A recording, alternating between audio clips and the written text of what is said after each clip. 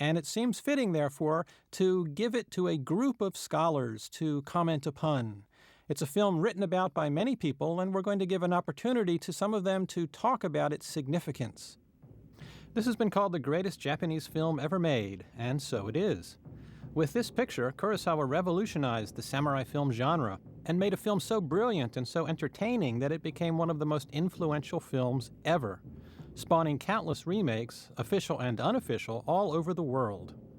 From any angle you choose, scripting, storytelling, acting, directing, camera work, editing, this film is a masterpiece. Every element in it is superlative.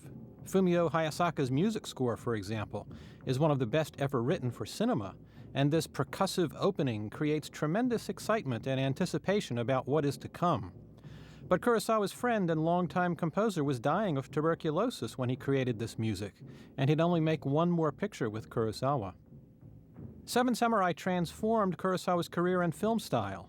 He was coming off nearly a decade of contemporary life films that explored modern Japan during and after the war. It's hard to believe this now, but he had never made a samurai film before. He'd done 2 period pictures with samurai in them, Rashomon and The Man Who Tread on the Tiger's Tail, but these were not chambara, swordplay films.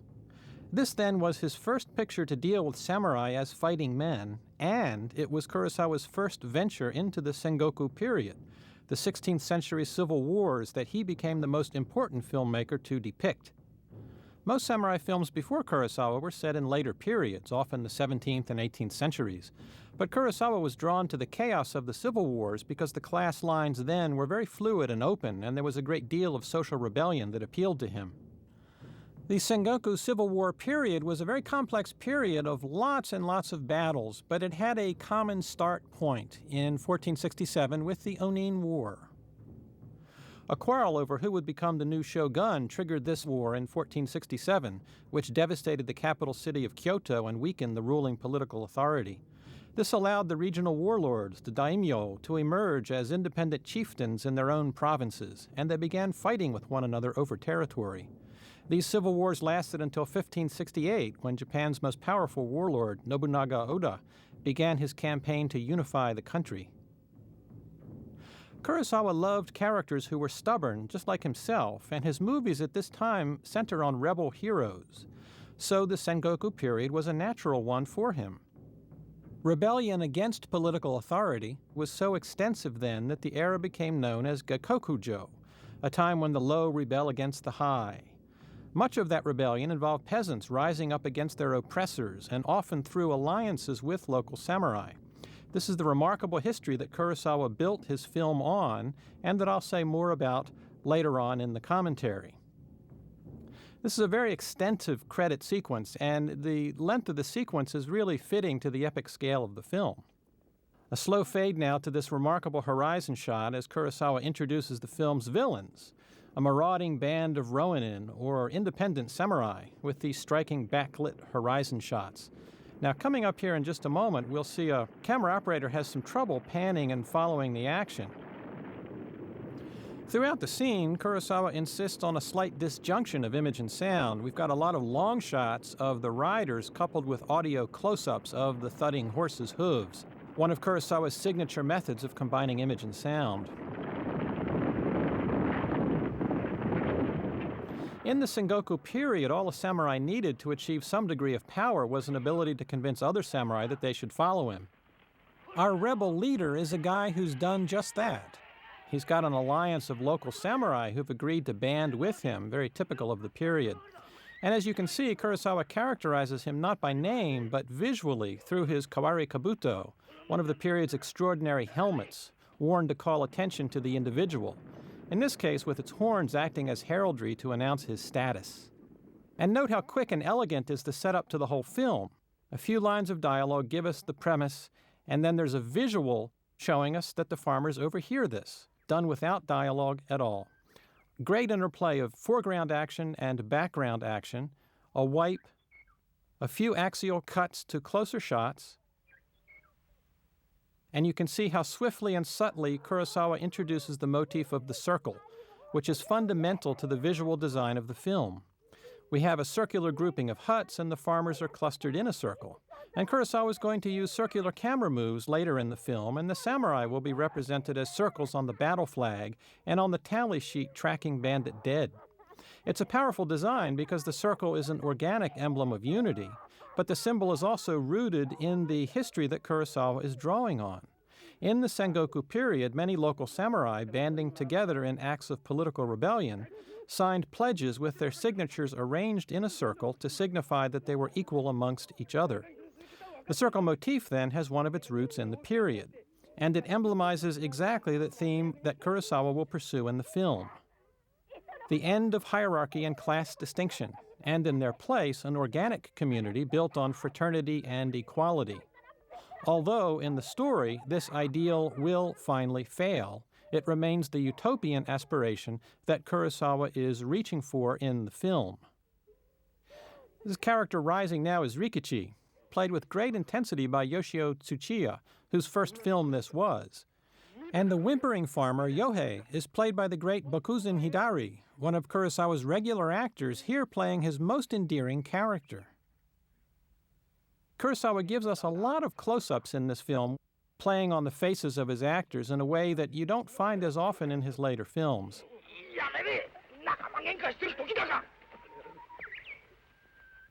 One of the things that changes in Kurosawa's work is that he starts using telephoto lenses extensively, like he's doing in this shot here. And you can see the way they compress perspective so radically.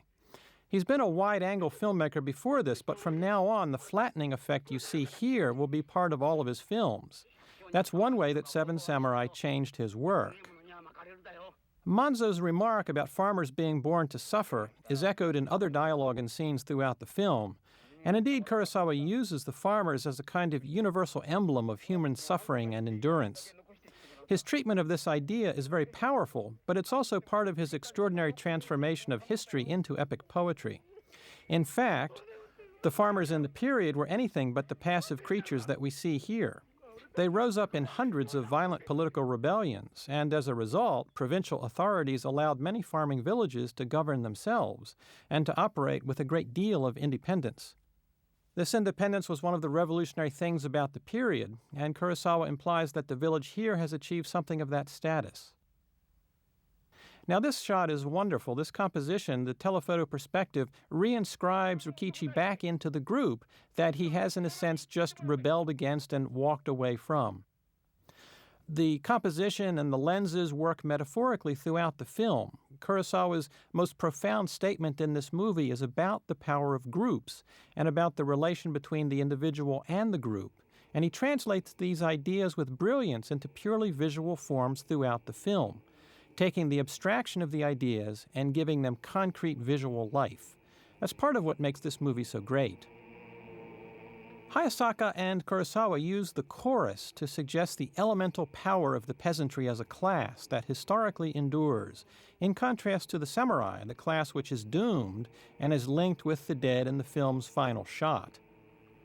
We're coming up now on one of my favorite moments in all of Kurosawa, the three axial shots that take us in close on the mill's water wheel.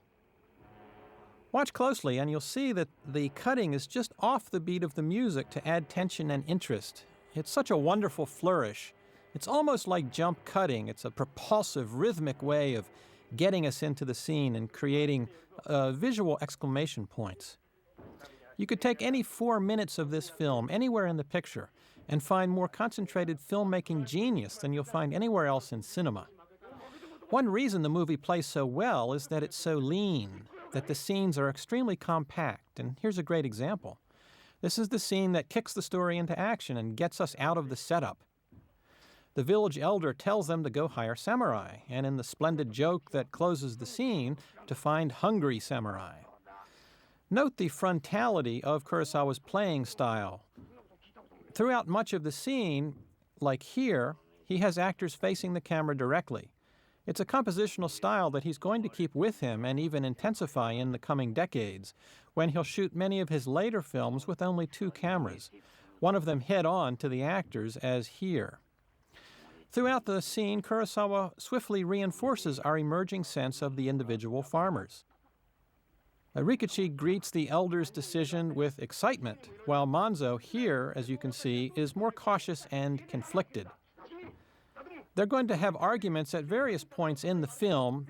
Kurosawa uses these subplots to create a sense of unity to the huge narrative. And there's the joke that concludes the sequence. And we go with a wipe, one of Kurosawa's best wipes ever, to this samurai hunt. And look fast there, there's Tatsuya Nakadai making his first appearance in a Kurosawa film. We get a series of swish pans, rapid pans back and forth, as the farmers watch the samurai strut their stuff in the village. There's a wonderful sense of machismo on display here. Kurosawa clearly loves the male world. He's always been drawn to it, and this is the first film where he's really going to get to give full expression to that excitement, that pleasure he takes in the company of men. The scene climaxes with an impressive rejection from a haughty samurai. Watch the way Kurosawa goes into it. It's a shockwave of energy that scatters that crowd. Kurosawa is so good at handling movement on screen, and his sudden shifts from relatively still sequences like the scene in the mill to this energetic business in the village square here with the samurai is just really staggering stuff. His point in all of this is that most samurai are either too vain, too ambitious, or too venal and corrupt to help the farmers. The 7 who do finally accept are unusual men. They are not typical of their class. Instead, they represent its highest ideals, but in actual life, these ideals are rarely encountered. Kurosawa gives us in our 7 Samurai the most glorious vision of heroism that he'll ever fashion, but he balances that heroism with a candid portrait of the rather fallen qualities of day-to-day samurai. Time is passing now. As I've mentioned, 7 Samurai is the transitional film that takes Kurosawa to his widespread use of telephoto lenses, and you can see their effects in this group shot. But he's not yet given up wide-angle shots, as you can see here, where he's got Rikichi's face right in the camera. That's the way his films before 7 Samurai tended to look. But after this film, we're going to see that look very, very infrequently in his career. Throughout the film, Kurosawa counterpoints the suffering of the farmers with the stoicism and prowess of the samurai as a basic distinction between these classes. And yet it's their common history that really forms the spine of this movie, a commonality that Kurosawa distilled from the research that he did during pre-production.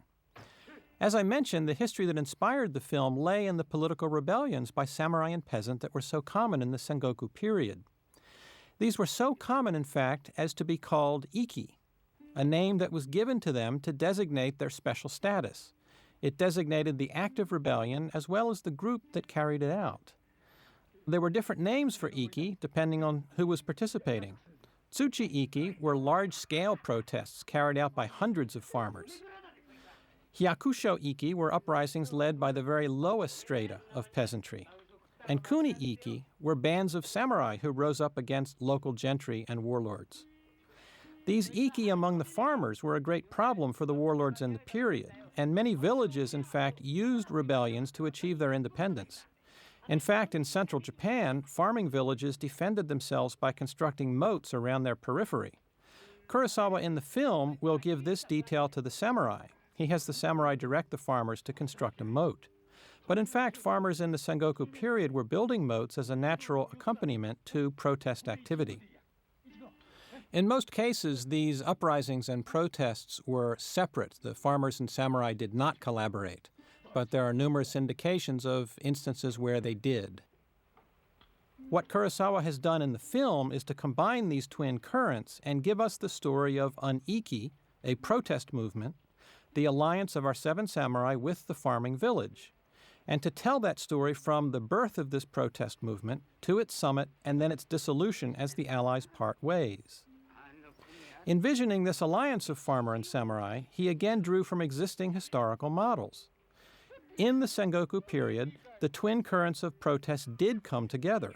There are numerous instances of farmer and samurai fighting on behalf of one another. Frightened by this emerging alliance in the 15th century, the shogunate issued several proclamations forbidding samurai from participating in large-scale rebellions with the farmers and threatening to seize their property if they disobeyed. And demands from protesters often included debt cancellation for samurai as well as farmers. An essential part of the Iki ideal was equality. Iki were voluntary associations that broke with existing class hierarchies. In this respect, Seven Samurai reflects the 16th century time period of the story and becomes as well a very contemporary film for Kurosawa, because in it he explores Iki-based ideals of equality and individualism in ways that connect with the post-war era in Japan and the reforms of the Allied occupation that stress these very ideals. In his historical films, of which Seven Samurai is his first full-blooded example, Kurosawa always finds a portrait of the present in the past.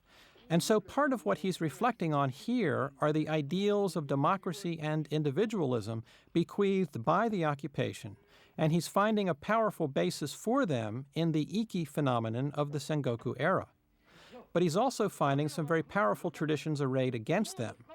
And so a basic question that Kurosawa explores in the film is this: to what extent is individual equality a real possibility, or is it rather a tragic ideal doomed to failure? It's not that Kurosawa is being critical of the ethic of individuality that the occupation left, but in this film he's reflecting upon it. He's looking to his past, the past of his culture, and he's finding this period in the 16th century where there were these protests that were based around the notion of equality and classlessness. And he's setting that against the tradition of classes and a hierarchy. He's looking at his own present society, where the political model that he's living through in 1954 is individualism, equality, bequeathed by the occupation. And he's asking himself, to what extent are these real viable possibilities? And so in the movie, he finds this moment near the end where the organic society of equality really emerges. It's that moment where the peasants bring their food down and share with the samurai, and they fraternize, and that there's a sense of a different way that human beings can live with one another. Of course, the tragedy is that it's very fragile, and it's a moment that is quickly lost. And in the final moments of the film, all of the old hierarchies reemerge.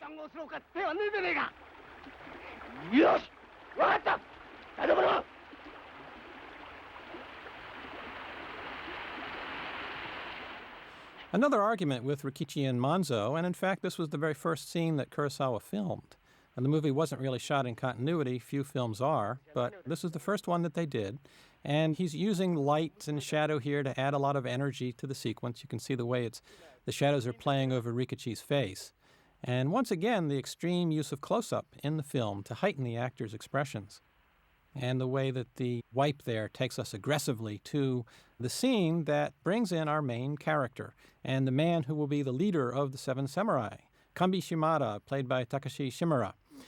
Shimura has just finished playing a frail dying clerk for Kurosawa the year before in Ikiru, and his robust performance in Seven Samurai is one of the greatest transformations of an actor that you'll ever see in the history of cinema. In this scene, Kurosawa is also going to bring in two of our other seven, Katushiro and Kikuchiyo.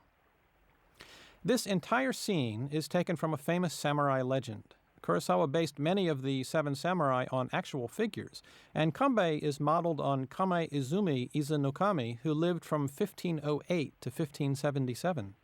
Like many samurai, Izanokami traveled the countryside, studying Zen Buddhism and trying to deepen his spiritual outlook. A famous episode from his life finds him in a village where a thief has kidnapped a child, and Izanokami disguises himself as a Buddhist monk by shaving his head, just like Kambi's doing here, and wearing the monk's robe in order to get close to the thief. And just as Kambi's going to do, he distracts the thief by offering him rice balls, and then snatches the child to safety. Now you can see how startled everyone is by Kambi's gesture here. It's a monumental gesture for a samurai to cut his top knot, because it was one of the emblems of his elite status. Thus one might say that Kambi's gesture here symbolizes his willingness to discard his class heritage in order to help the misfortunate. But Kurosawa actually felt that this gesture fulfilled one of the highest of samurai ideals, to protect the weak members of society.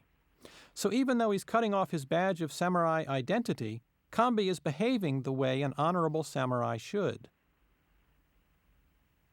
Kurosawa borrowed other attributes of Izanokami for the character of Kanbei, Izanokami founded one of the most famous schools of sword fighting, Shinkaga-ryu, the Heart Reflection School. In it, he sought to turn the enemy's strengths into weaknesses, to build strategy based on the enemy's advantages, to make defense into offense. And now this is exactly what Kambi does in his battle plans for defeating the bandits. Because Kambi's group is outnumbered, he's going to use the village as a trap to lure in the bandits and kill them one by one, turning defense into a canny offense. One more point about Izanokami, and here we can play 6 Degrees of Kurosawa. What connects Seven Samurai with Kagemusha, Kurosawa's 1980 film about warlord Takeda Shingen? These two samurai knew one another and met on the field of battle. Izanokami and Takeda Shingen fought a prolonged battle over a castle. Shingen won, but admired Kami and offered him a job, but Kami preferred to wander and study Zen. So in an alternate universe, we might find Kanbei Shimada, the leader of our 7 samurai, inside Kagemusha.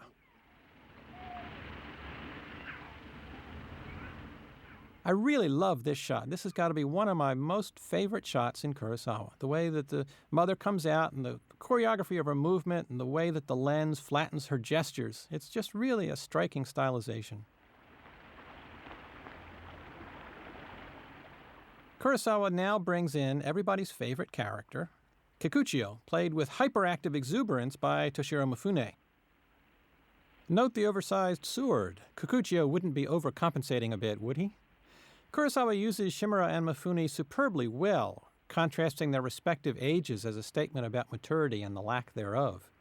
This exchange of glances is really interesting, Kanbei's piercing stare and Kikuchiyo's inability to meet his gaze. What is Kanbei wondering about? Does he think perhaps Kikuchiyo might make trouble? He sizes him up quickly, though, as he does everyone in every situation in the film, seeing instantly the nature of his character. He gives Kikuchiyo a last look, and then turns to receive the rice balls from the child's mother. In the legend, Izanokami rescued the child without violence. Putting his Zen precepts into action, he had perfected methods of taking the enemy's sword away without killing him. During his travels, he spread this philosophy, that courage lies in avoiding needless conflicts, and its methods of using the sword. Kurosawa, though, knows that showing this wouldn't be as cinematic as what he really wants to do. And besides, he's making a chambara, so he's going to give us violence that isn't in the legend. And the way that he does it is going to change cinema forever. This is no exaggeration, no empty rhetoric. In the scene we're watching now, Kurosawa wrote the textbook on modern movie violence, intercutting slow motion and normal speed action in ways that influenced filmmakers forever afterward. Every modern director who does this, John Woo, Sam Peckinpah, and the whole bunch, learned how to do it from Kurosawa.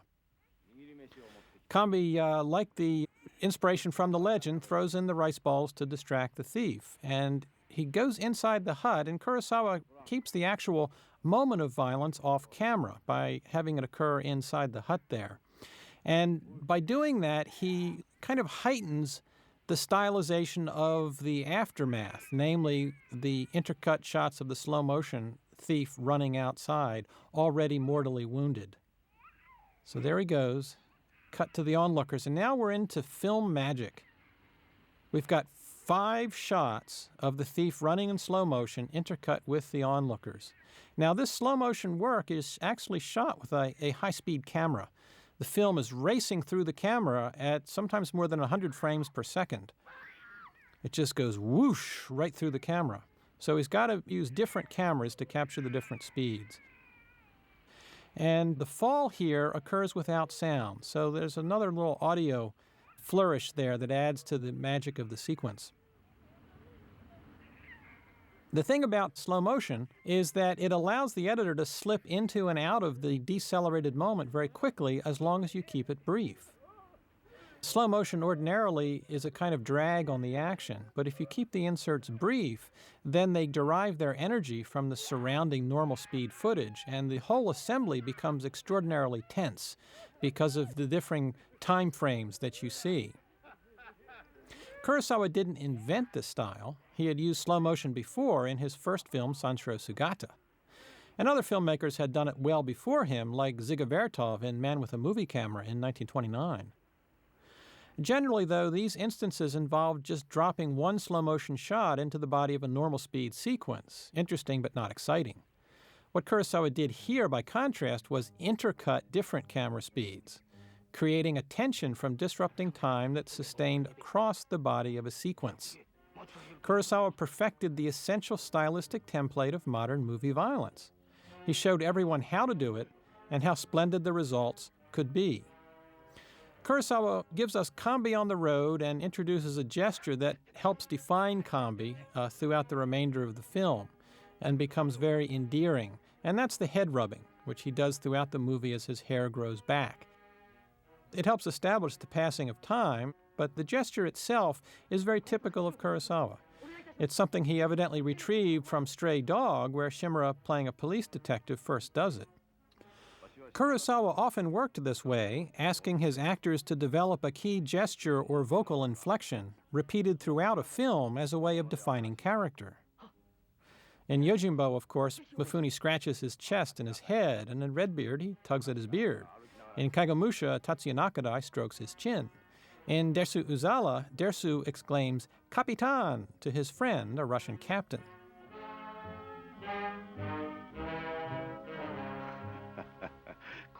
This is something I like to call the camera angle for heroes. A slightly low camera shot that elevates Kambi into the frame, increasing his stature in a really very attractive way. In this moving camera shot, Kambi shows the modesty that Kurosawa finds admirable and is one of the measures of his greatness. He tells Katushiro he's got no disciples, dialogue that resonates with the ethic of equality that Kurosawa explores in the movie in connection with the ethos of post-war Japan. Kambi also tells Katushiro that his experience lies in losing battles. The remark seems ironic because we know that Kambi is great. He's among the greatest of all Kurosawa heroes. But the sentiment evokes the tragic view of history that is at the heart of this film and the melancholy that Kurosawa is going to express so powerfully about the end of the samurai class. Look at this wide-angle shot and the way that Kurosawa just puts that sword right into the camera. And then we've got Katushiro in the midground and the farmers in the very background. Everybody in crisp focus. Kurosawa was a master of wide-angle composition, something that tends to be forgotten because of his telephoto work. But look at any of his earlier pictures and you'll find extraordinary compositions like that one. Kurosawa's got Mifune on a very long leash in this film. He created Kikuchiyo to add a kind of comic quality to the movie that the band of samurai otherwise wouldn't have.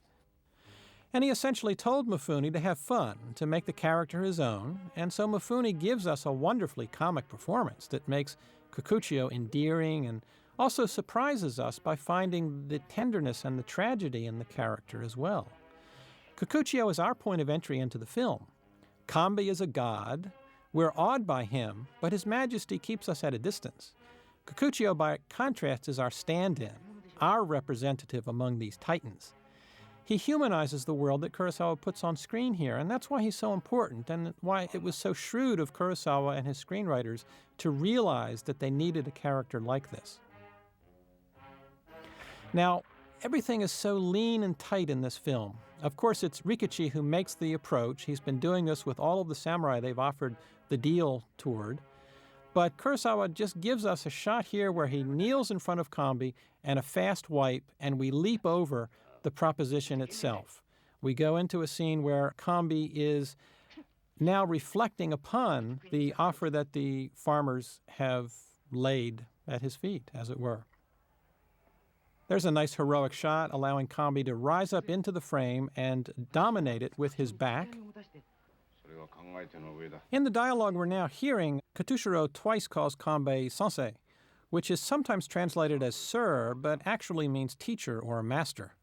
Katushiro's use of this term indicates that he has, at least in his own mind, formally apprenticed himself to Kambi as a student who will learn from him the ways of weaponry and war. The term formalizes the hierarchy of wisdom and experience that's going to govern their relationship.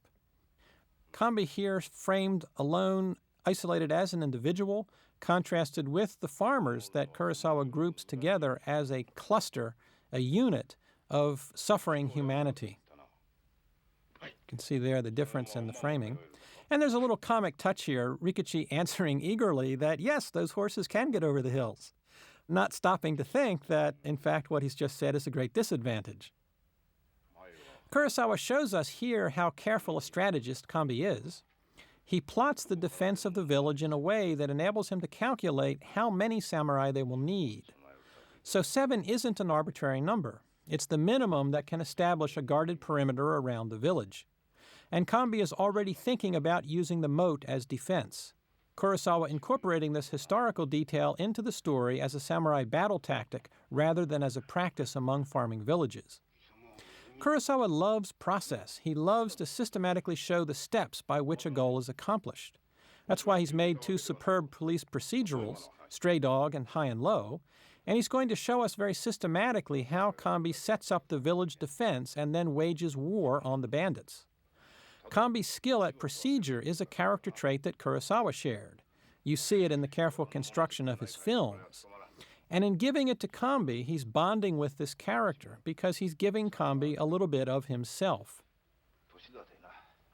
So Kambi basically decides it's not his fight.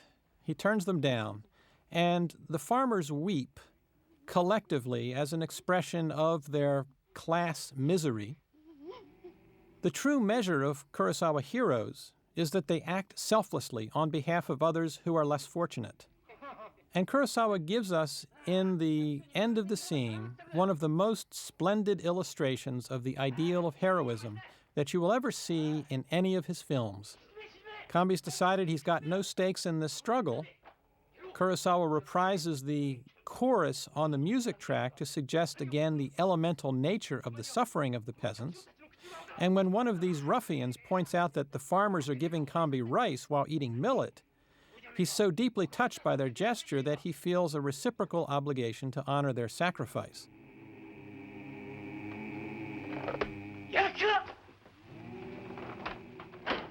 This is a really interesting camera move here. This pan to the left and a pull back.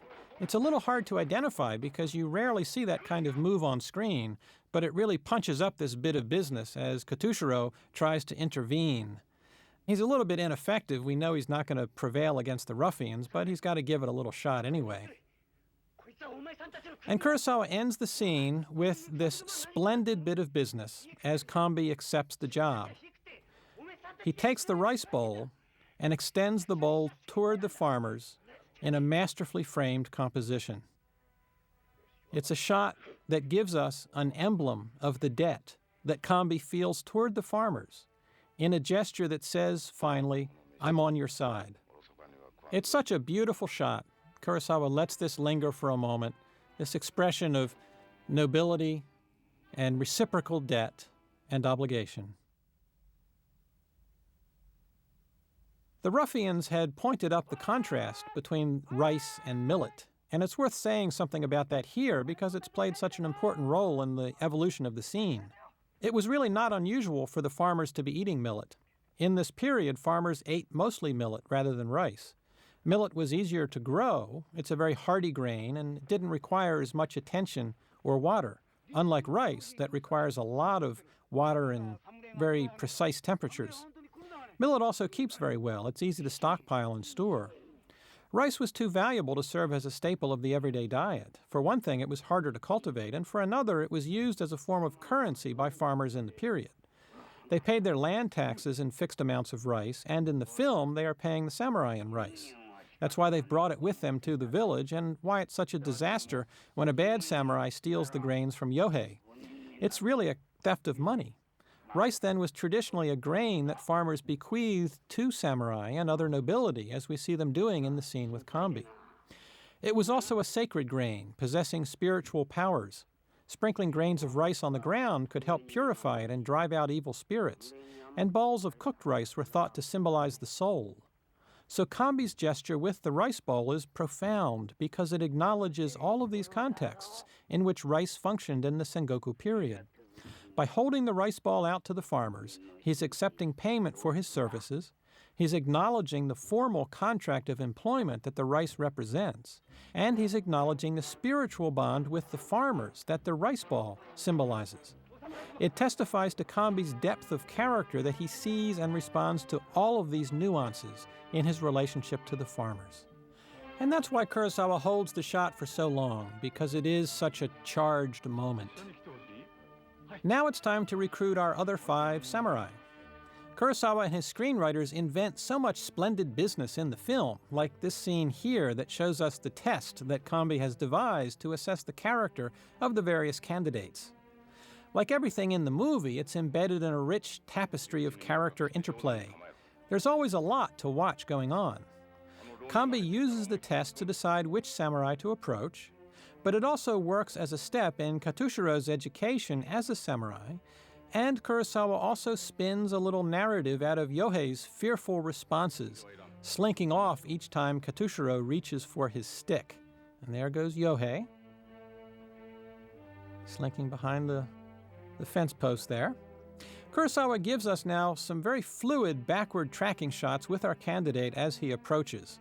And when he comes inside, look at the way that Kurosawa's lenses take the action and transform it. Here we go. Here's a backward tracking shot. Cut Katushiro, backward tracking shot. And the telephoto transformation of the action makes it look actually slightly speeded up.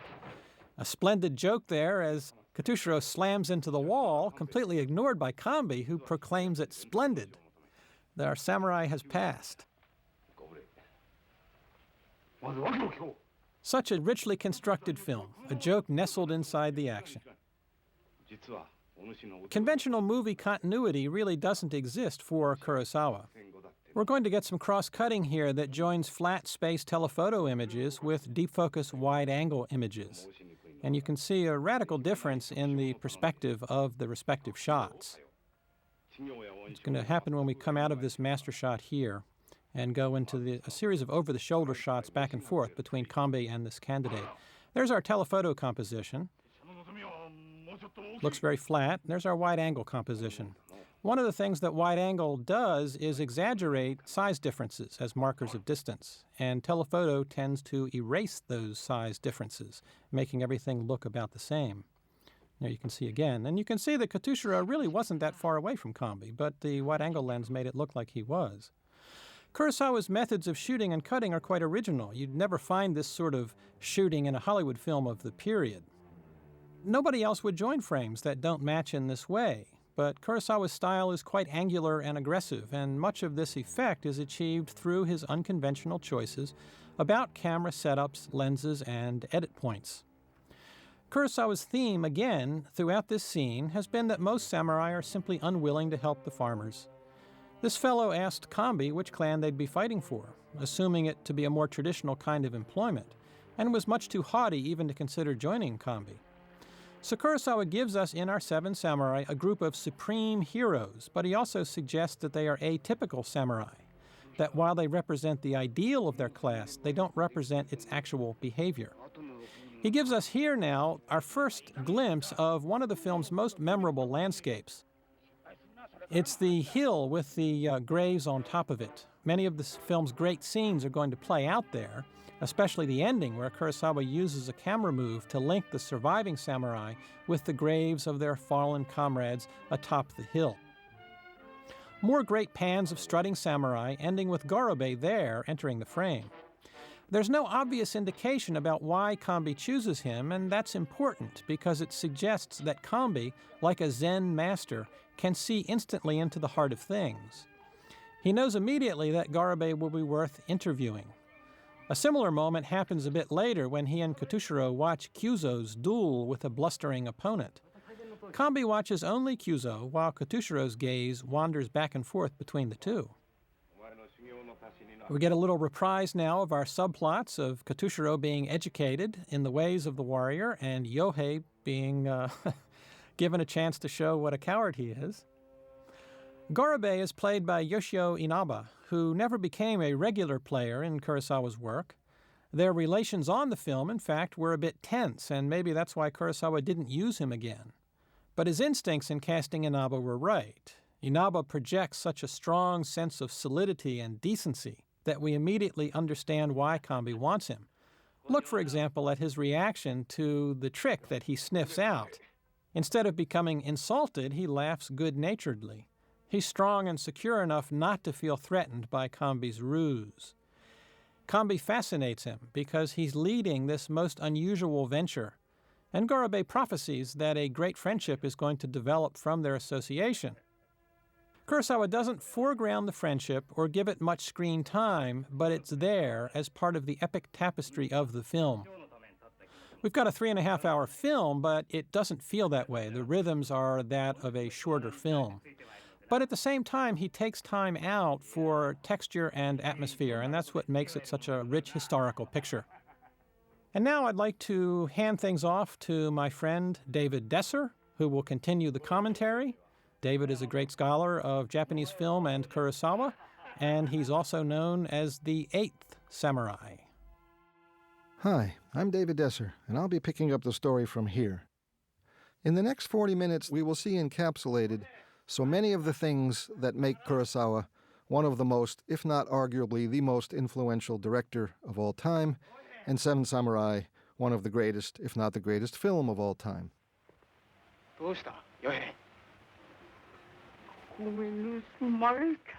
Kurosawa can move from high drama to low comedy, from laughter to tears, from stillness to dynamism. He will have complex, long takes, dynamic editing. He will show men in battle, men bonding, samurai learning something of the life of farmers and vice versa. In other words, thematically and stylistically, Kurosawa is a master at showing all of the possibilities for films and all the possibility for drama. So let's start with this brief scene that is typical of Kurosawa's strategy throughout this whole section, and that is to begin right in the middle of things, to eliminate either the beginning or the end. The "what's wrong?" asked by Rikichi comes out of nowhere, so to speak, because we haven't seen anything wrong, because we haven't seen Yohei yet. And when we do see him, he is even more low-key and forlorn than usual. And now we know why. Of course, losing the rice is a tragedy. We have already seen what rice means. Yohei will soon pick up the rice one grain at a time. And this might therefore have more resonance than just the farmer's pathos in the film. I suspect an audience in 1954 Japan can well remember a time when rice, and much else, was in short supply.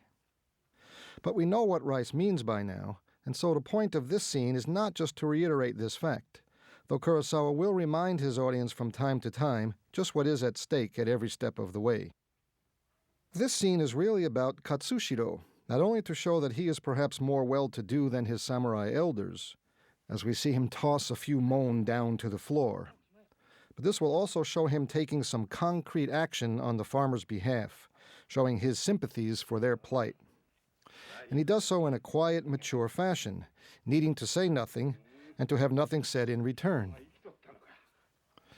In this introduction of Shichiroji, Kurosawa again leaves out some possibly important things, such as where and how did Kanbei run into his old buddy, and the immediate shock and surprise of recognition. Instead, here they are. More interestingly, Kurosawa leaves out most of the backstory of their relationship and the battle that separated them. They talk only briefly about the fight that occurred in the past, Kurosawa feeling no compulsion to fill the audience in on the intriguing details. A burning castle, hiding in a ditch, the relief of being alive. Instead, Shichirochi expresses a kind of casual bravado. With a glance at the farmers, Kanbei allows his old friend a chance to prove his bravery and his mettle once again. A bit of foreshadowing occurs at the end of this sequence for Kanbei's idea that perhaps we die this time, which only brings a smile to Shichiroji's face, actually finds the two of them and Katsushiro, and they are alone among the samurai in this scene, and they are alone among the samurai who do not die this time. As Gorobe goes to see this perhaps second-rate samurai, but first-rate woodchopper, Kurosawa films the encounter in a single long take that begins as a follow shot until the two are in the frame, and then the camera remains static for some amusing byplay. His recruit will be Heihachi. Heihachi is given something like a star entrance. He's talked about before we see him, and then we hear his off-screen kiai, his lusty shout as he brings down the axe. You know, sometimes we forget that film is as much oral as it is visual. And Kurosawa really makes us pay attention not just to what he's showing us, but also to what we may be able to hear. And so this oral introduction really engages us in ways that are beyond the visual. The shot itself lasts 50 seconds, fairly long, but hardly the longest in the film. The amusing bit of business is when Heihachi moves his sword away from the stranger. What Kurosawa is interested in here is the first of the two Zen-like swordsmen he will introduce. Men who manifest, that is, attitudes typical of Zen Buddhism. Heihachi reflects the humor and playfulness of Zen, and the attitude of giving it all you've got in every pursuit. He also reflects Zen-like practicality. The long take ends with Heihachi's claim that he's better at killing his enemies than chopping wood. Yet he undercuts his own bravado by acknowledging that he can't kill them all, so he runs away when there's too many. Funny, practical, and self-effacing, he is the Zen master as wise fool. Yet he's not foolhardy.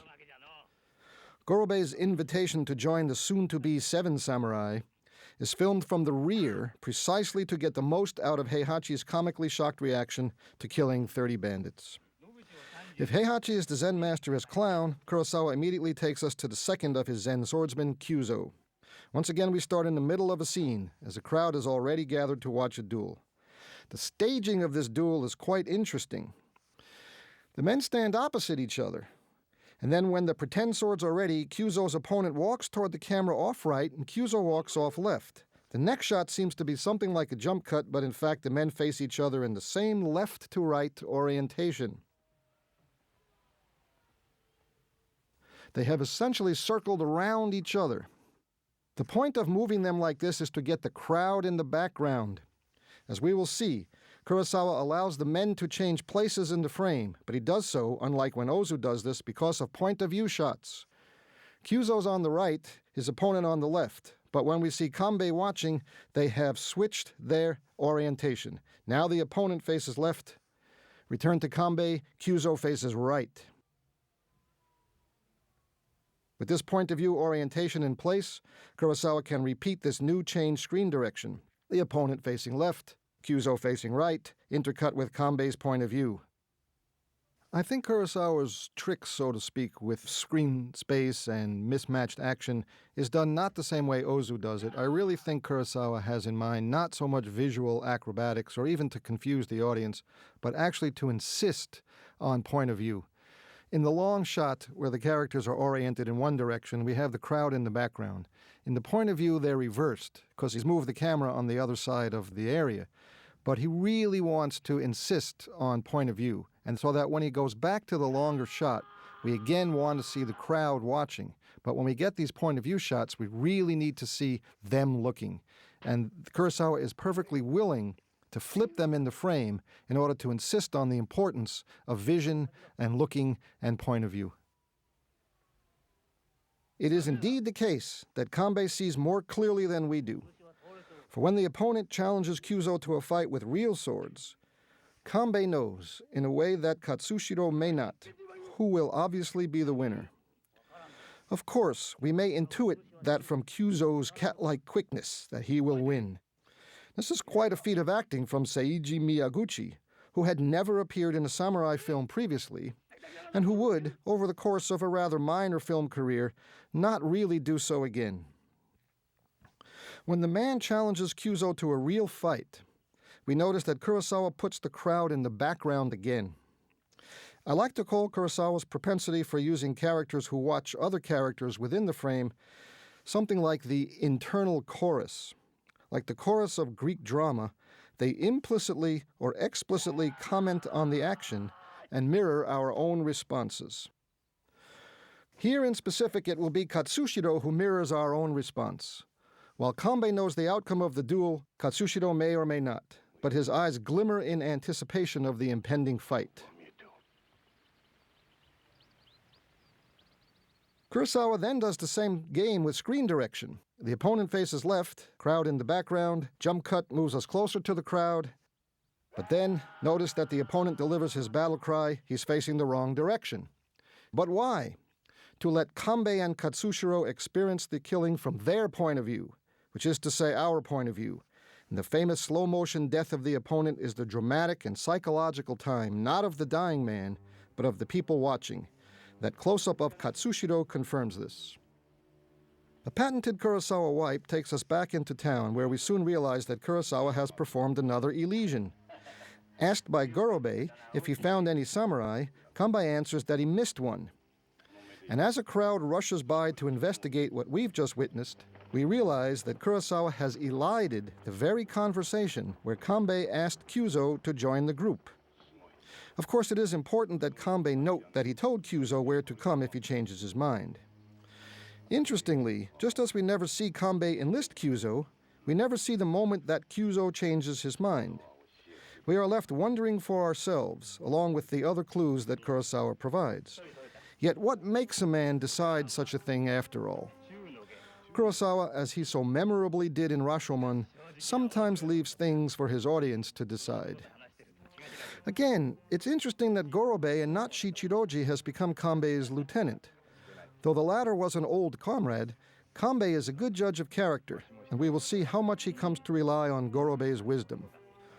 Gorobe's notion that Heihachi is a second-class swordsman but a first-class character is borne out by the latter's humorous self-introduction. He gives his family name, his given name, and the sword-fighting style which he studied.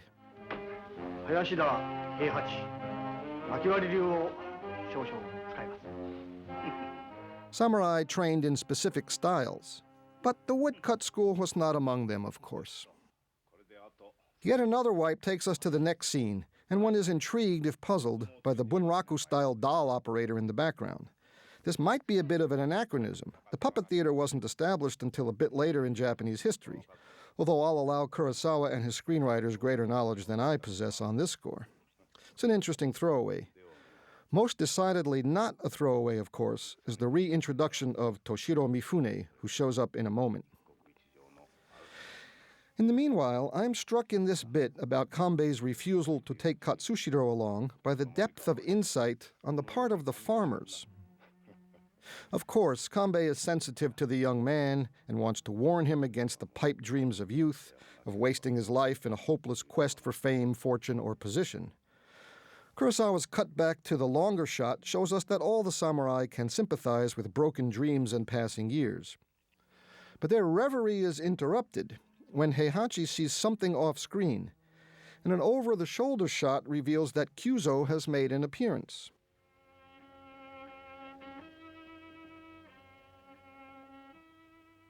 An interesting close-up of Kyuzo makes us wonder how much he has overheard. Does he feel the same way?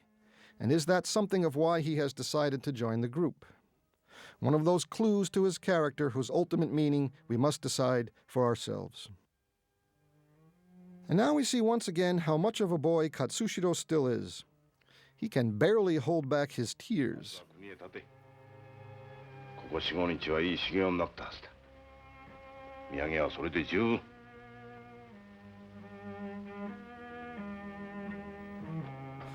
Rikichi looks at Yohei here.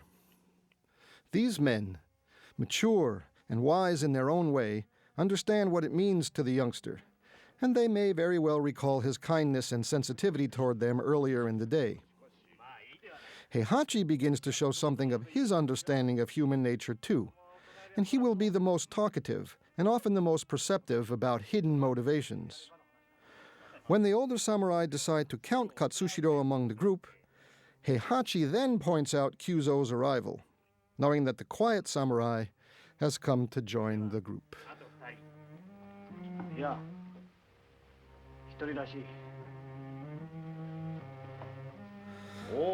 Kanbei's decision to leave tomorrow and sacrifice the seventh samurai may take us initially by surprise, but not really, for after all, the film is called Seven Samurai, and we haven't seen Toshiro Mifune again. Though Mifune was not quite the major star he would soon become, he was already a rising star in the Japanese cinema, and of course a Kurosawa favorite, already the caged tiger to Takashi Shimura's majestic lion. Of course, we don't have to wait long, as one of the porters announces that he has found a samurai for them.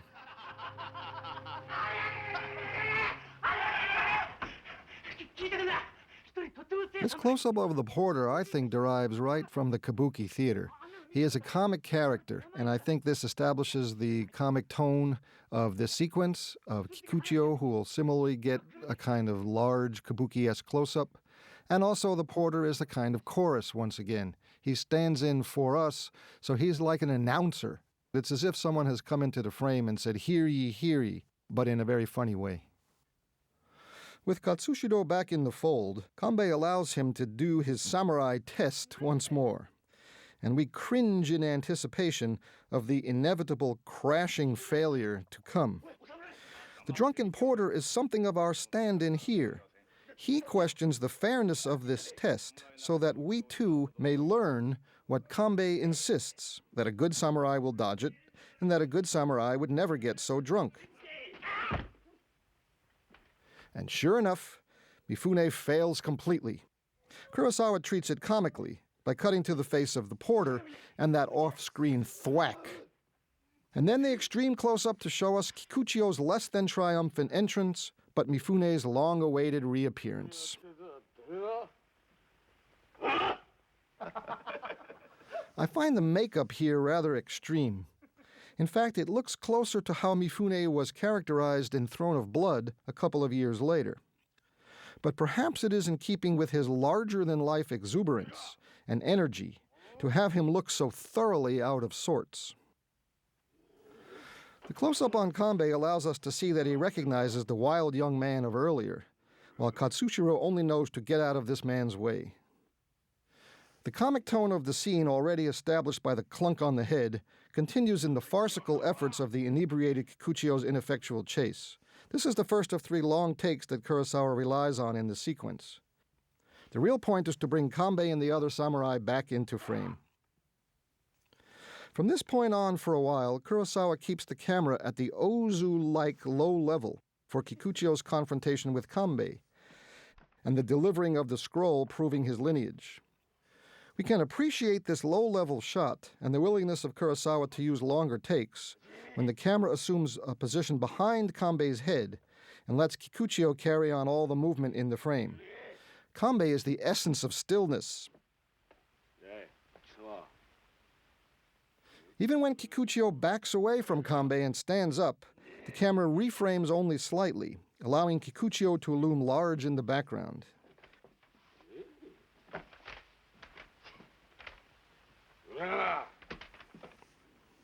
A short insert of the rest of the samurai laughing is followed by a longish medium shot of Mifune to show off a bit more as the camera watches his drunken musings and his efforts to find the scroll. But this is also one part of the Mifune persona. He had so much more energy and so much more liveliness that in many ways he helped redefine acting in the Japanese cinema. He's such a good actor that even 1 year later, he could play a man 40 years older than himself and totally different kind of performance. And then there follows the most interesting long take of the whole scene. For what Kurosawa will do is to make or allow the audience to pay attention to multiple actions. In this single shot of slightly over 1 minute, we watch the interaction between Kanbei and Kikuchio. We also see Heihachi clearly over his shoulder, and he will count in a way that Kanbei does more quickly. But also watch on the left for Kyuzo, who's poised cat-like once again to react. When Kanbei reads out the reign year in which he was allegedly born, Heihachi has to figure things out, but Kanbei's a little faster. Kyuzo's expression changes, and watch when he moves his own sword from his right hand to his left.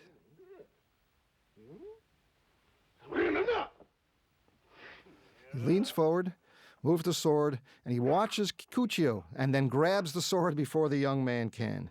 And then the farce is on again, as Kikuchio, getting more frustrated and ever more tired, becomes the object of a game of keep-away played by the samurai at his expense.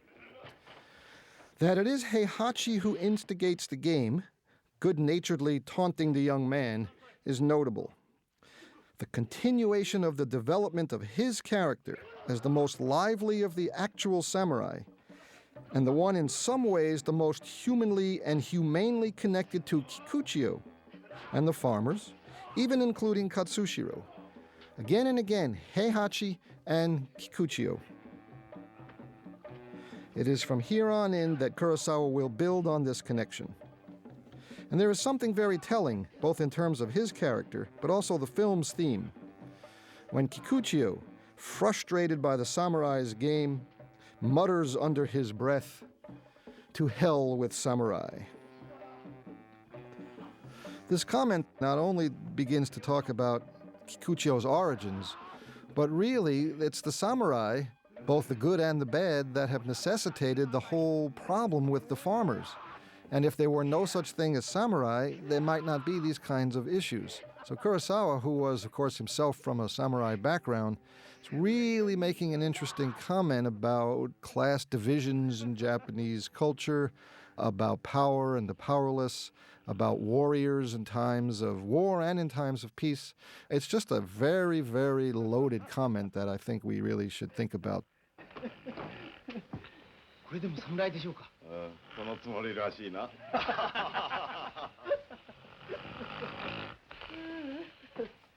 Another wipe, and the journey to the farming village begins. The wipe is moved right to left. The wipe is, of course, simply a dissolve, but Kurosawa adds an obvious line or edge, and thus this transition is called a hard-edged wipe. It usually moves left to right, the way we in the West read, so it's almost like turning a page. Traditionally, of course, the Japanese read right to left, so Kurosawa can easily switch the directions of his wipes, since the Japanese read both in traditional style and Western style, depending on the work.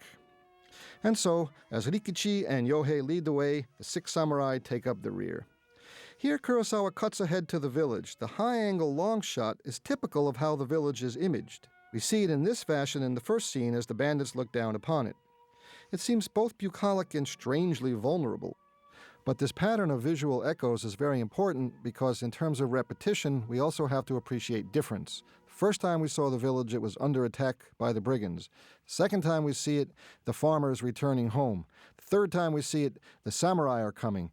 Similarity, difference, repetition, and difference. It's a very important strategy. With the shot of Shino washing her hair, Kurosawa has a little fun with us by postponing the dramatic point of the scene. By cross-cutting between her and Manzo, it takes both her and us a moment to realize something is amiss. Manzo gives her a weird look, and both she and we remain puzzled. Where is this scene going? But then out comes the razor. Both Shino and the audience remain a bit puzzled at the notion that she has to cut her hair and dress like a boy. But the full import of why she must be shorn of her feminine beauty perhaps remains a puzzlement for a few moments longer yet. And when the truth comes out, Manzo is afraid of the samurai, of who they might be and what they might do to her. This era in Japanese history is an era of great social chaos. Now, the idea normally that a samurai might marry a farmer's daughter would have been very difficult to imagine, but the idea that samurai raping or otherwise pillaging certainly would not have been untoward. And so Manzo has a very good point. We see later on that the brigands have in fact stolen women, and that there's nothing to say that these samurai are going to be any different. And Kurosawa's point really is what happens to individual morality precisely in an era of social chaos. But it's telling too, for although the villagers watch the show, so to speak, they too become equally concerned. And indeed, as we will see, when the samurai arrive in the village, there is no one that will come out to greet them. So begins Kurosawa's subtle critique of what power does to the powerless. This idea that neither group is all good or all bad, kind or cruel, weak or strong, is why I think Kurosawa intercuts the scene of the samurai making their way to the village with the scene of the village itself. Kurosawa could just as easily have shown the samurai's trek to the village in one scene, and then showed the scene of the villagers' panic as they await their arrival. Instead, we see the samurai make for the village. Then we see Manzo's panic and the rest of the villagers' response. and then we cut back to the samurai on their way. A much more dynamic way to show the journey to and arrival in the village. And they will show that this journey of the samurai is as fraught with peril as the return of the brigands. And of course, Kurosawa is not unaware of the irony that for all of Manzo's efforts to protect his daughter, to transform her into a boy, she is the one who will be in any case involved with the samurai. The largely comic association that Kikuchiyo thus far brings with him continue in this interlude of him following the group, and so too does the continued association between Kikuchiyo and Heihachi. Heihachi is the Zen clown, as I have claimed, Kikuchiyo merely a clown, at least so far. So the two seemingly comic characters see kindred spirits in the other. It is their deaths that will affect us the most. That is all in the future. Watch here how Kurosawa continues to play with point of view and people looking. Heihachi points, and instead of a POV, Kurosawa cuts, gives us a bump back, and up through the frame comes Mifune. But Kurosawa isn't finished with his playfulness, for he then continues the shot for a while longer, moving Kikuchiyo away from the samurai in the background and following him as he enters calmer waters. And once again, Kurosawa utilizes the internal chorus, this time making the samurai, who have been the objects of our vision, into the chorus themselves as they watch Kikuchiyo. I think what Kurosawa does in a scene like this is actually to let us watch people watching. There are all these levels of watching, and by playing with point of view, by not cutting from Heihachi to seeing what he's seeing, but from bumping us back to see Heihachi seeing, and then we see what he sees, a visualization. And that film is not necessarily always susceptible just to narrative, but sometimes there's a playfulness and a way of highlighting something. But this playfulness does have a point, and that is Kurosawa is interested literally sometimes in vision. What is it that we are seeing, and what does it mean? People watching other people. So there's kind of three different things going on in a scene like this, and I think that Kurosawa is really very careful to just highlight the multiple ways in which a film unreels at any given moment. It really is just a way to talk about different things at the same time.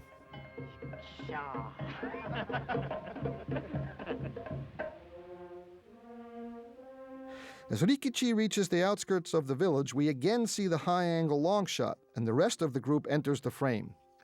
Exactly, if less ominously we may think, as the brigands did in the first scene. Clearly, Kikuchiyo's comment about dying in such a dung heap seems obviously foreshadowing, but neither should we fail to note that it is Heihachi who offers the retort that no one is asking him to. Kurosawa is too good of a director to have the obvious foreshadowing be the main point here. Instead, it is the ongoing relationship between Kikuchiyo and Heihachi. You know, there's another way in which we can imagine this film, and that is it's 7 samurai, but also 3 farmers. And that Manzo and Yohei and Rikichi are no less important than the samurai in some ways. And it would be a lesser film if the samurai were the only ones that got characterization. If he's really interested in talking about power and powerlessness, it wouldn't be right just to have the powerful be characterized. So too, I think the powerless, so to speak, also need to have some characterization. And Rikichi is a particularly interesting character because in some ways he's the one that's been most affected. His wife has been kidnapped. When he sees his wife later in the film, she'll die. And so he's really the character that brings a lot of the farmer's plight home, and in a memorable way.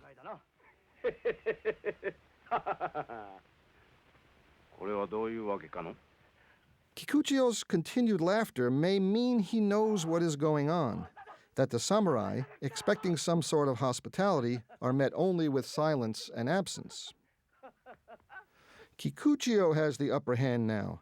He's at home, even if it may be only a dung heap. I think it's at this point that Mifune's performance begins to come together, that his inner character shows through and prepares us for his real tour de force in a moment.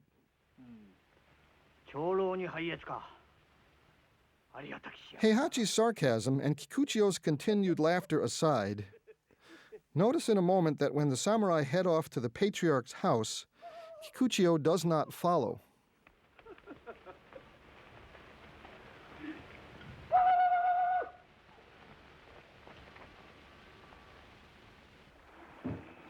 The left-to-right hard-edged wipe takes us to the granddad's place. The lingering close-up on the old man transforms into a complex dolly and pan. It's a camera movement worthy of Orson Welles or Alfred Hitchcock, and travels 270 degrees around the old man in order to put him in left profile in the foreground. Kanbei now in the middle ground and Heihachi and Shichiroji in the background. But the interesting camera positioning does not stop here. For notice in the next shot that Kurosawa dollies back from a shot of the rest of the samurai. Gorobe in the foreground, Kyuzo and Katsushiro in the background, and now we get a right profile shot of the old man. To cap this off, Kurosawa has dissected the space just as Ozu does and continues with a point-of-view shot of the cowed farmers. This is followed by another bit of humorous business with camera placement and dollying, as the move back from them gives us a shot of the old man from yet a different vantage point in the room. Kanbei, we notice, still sits on the old man's right, exactly where he was the first time we saw him, but from this angle we cannot see Heihachi and Shichiroji. In this section where we wait for something to happen, Kurosawa substitutes playful camera movement and placement for more obvious drama. Actually, what the old man says is rather didactic, part of a tendency in all of East Asian cinema to make explicit the educational or dramatic point the film wants to make. It's no less powerful for being expressed so directly. Kurosawa does not want us to think less of the farmers, and though he will dramatize their plight, he also makes it explicit. Kanbei, of course, is too much of a hero, too much of a genuinely good man to understand their fear of him. With the sudden ringing of the alarm, we see something typical of Kurosawa. He moves from a scene of stillness to one of great dynamism. And this will move us into something we've all been waiting for, the classic Kurosawa montage in the form of running jump cuts, fast pans, dollies, characters running, Kyuzo, Heihachi, Shichiroji, Gorobe, Kanbei, and Katsushiro. Kurosawa has been doing this sort of thing since Rashomon, and he does it as late as Rhapsody in August. So we saw all 6 samurai running. But where is Kikuchiyo? Ringing the alarm bell, of course. But before we quite have that confirmed, Kanbei reveals his leadership skills and his warrior's sensibility. He wants calm, and more importantly, he wants to know from which direction the bandits are coming. He's already scoped out the terrain, the mountains behind them, the road in front. Later, of course, he will map all this out. But for now, he's already revealing the planning and forethought that will save the village. One thing I think is that we sometimes may forget that Takashi Shimura is actually the star, and that Kanbei is a unique character.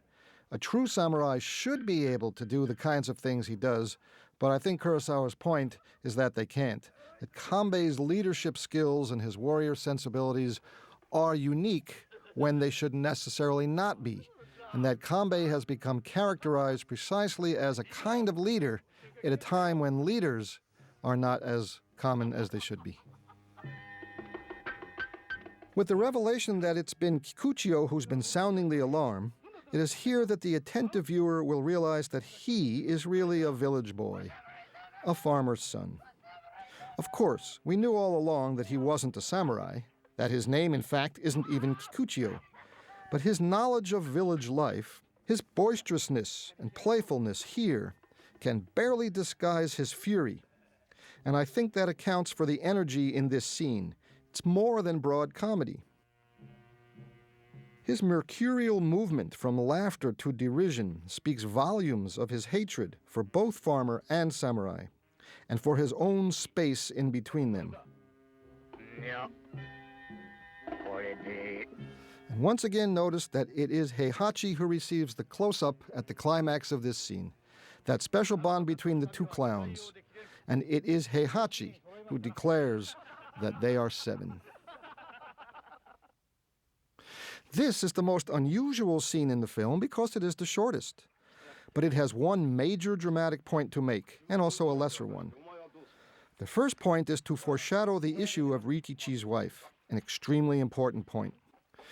Notice first the vehemence with which Rikichi exclaims that his horses were stolen by bandits. Either he was extremely attached to them, or he has something else in mind. And indeed, of course, more than horses were stolen by the bandits. What that something else might have been is clearly indicated in the next moment when we see Kikuchio putting on a woman's kimono. Rikichi's exclamation that, "I have no wife," hardly needs glossing.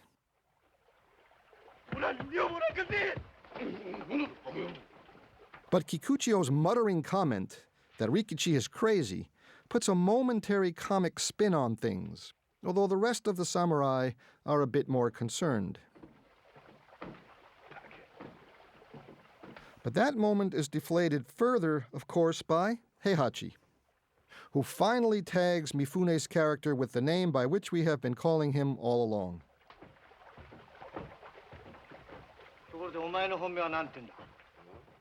And is there some foreshadowing in Mifune's mysterious background, in his forgetting his real name, that looks to Yojimbo and Sanjuro, also men with no names?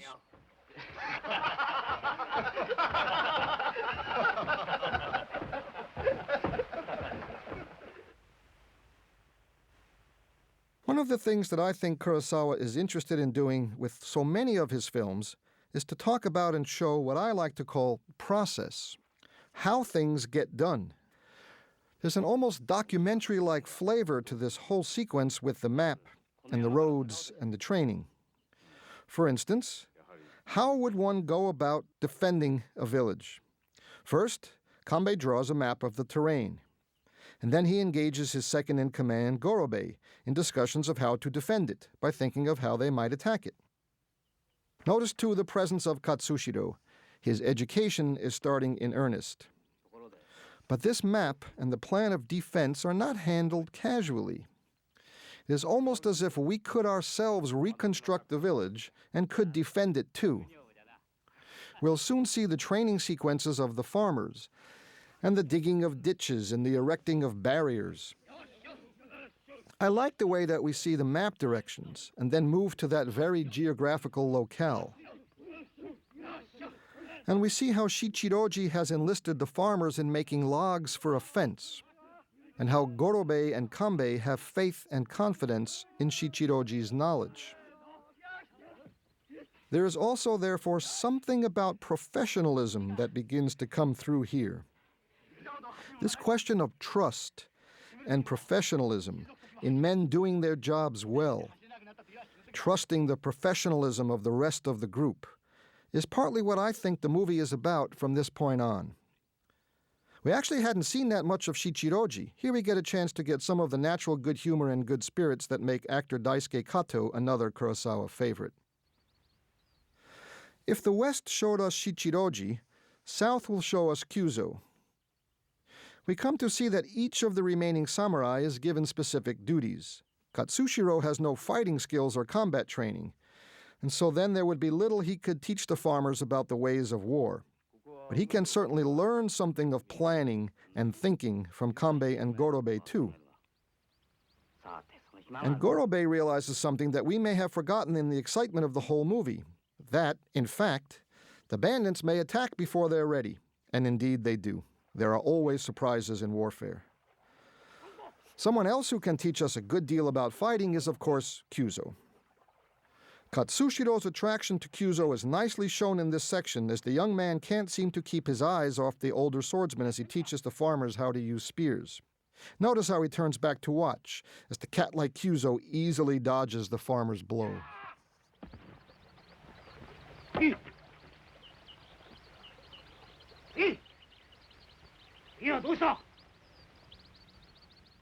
In any case, West and South have been covered, so they move on to the East.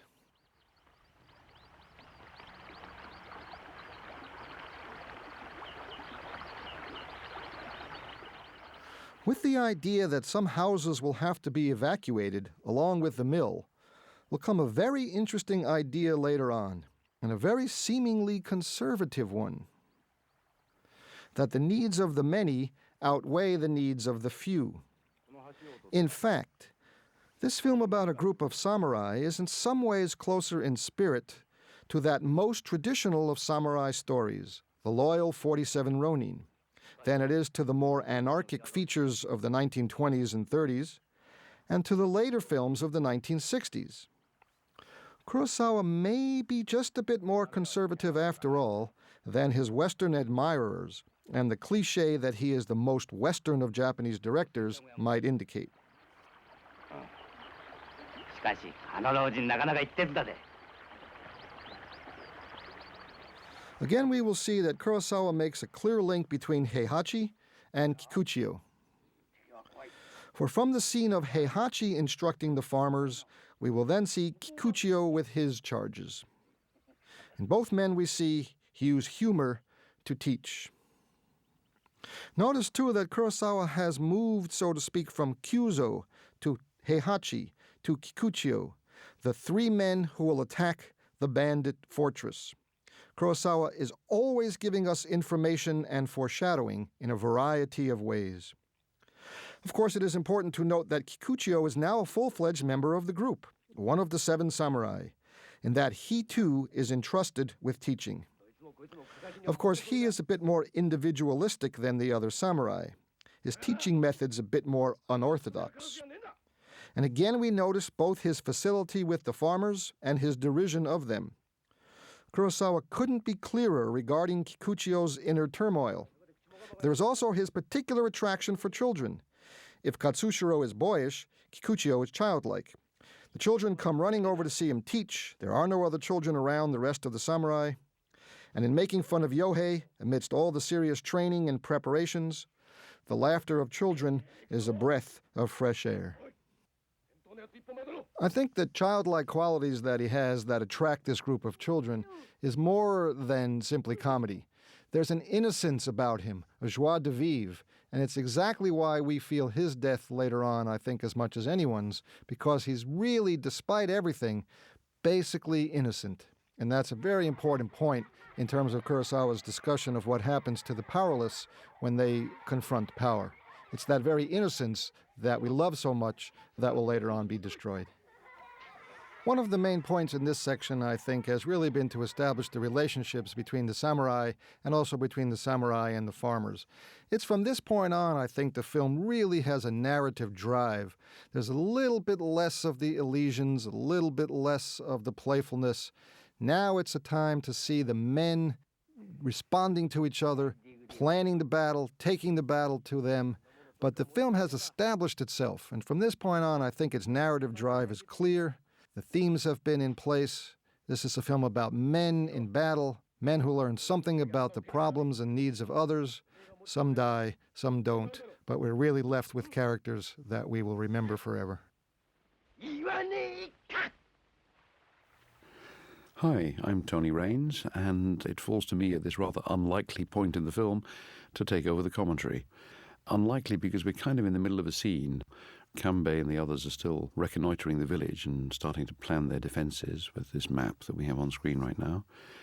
This is a scene that began, of course, some time ago, and it reaches its climax shortly. Our focus here, though, is on the samurai who strays from the project in hand, young Katsushiro, picks a sprig of flowers, and we're going to focus in the coming moments on his encounter, his first encounter with the village girl Shino, who is disguised as a boy, precisely to protect her from the marauding attentions of samurai like Katsushiro. It's a rather ironic episode in the film, in a sense, because this is predominantly a homosocial film. It's filmed centrally about relations between men. And this teen romance element that is one of the many strands that runs through the film is, on the face of it, somewhat anomalous.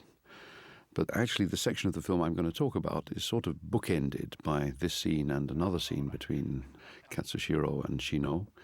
And I think in the transition from this rather innocent beginning to a somewhat less innocent ending, which will come up in, I don't know, about 40 minutes, we will find some interesting clues to what is actually going on in this film and what are the underlying thoughts of Kurosawa when he made it.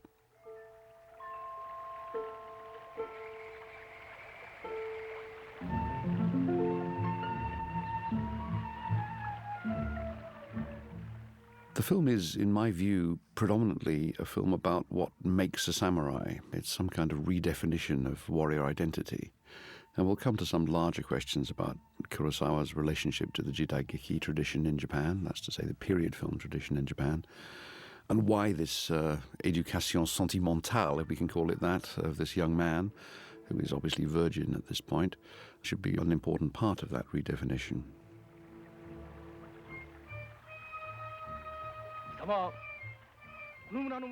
Katsushiro assumes at first glance that she is a girl, and of course he's proved right. And the demonstration of that in the following moments of the film is pretty self-explanatory, I think. So maybe we'll take this moment to just note in passing the extraordinary influence that Kurosawa's films of this period had on the development of Chinese martial arts films, which have had so much attention in recent years thanks to films like Hero and such. The influence here, I think, is more directly on a filmmaker like King Hu, the director of films like Dragon Gate Inn and Touch of Zen and such. Part of it is the planning. We saw Kanbei making his map of the village and discussing strategy. That's a motif that feeds directly into most King Hu films. But equally, this notion of a girl disguised as a boy connects with a Chinese tradition which King Hu exploited. Most of the women disguised as men in King Hu films are in the Mulan tradition. They're female warriors who are de-feminized women, virilized women, you can say. But there's also an element of sexual play in King Hu films, which I think picks up on what's going on here. Given that the film's context is predominantly a homosocial one, it's of course ironic that Katsushiro's initiation should be at the hands of a young woman who is disguising herself as a boy. It gives us a very interesting sexual subtext.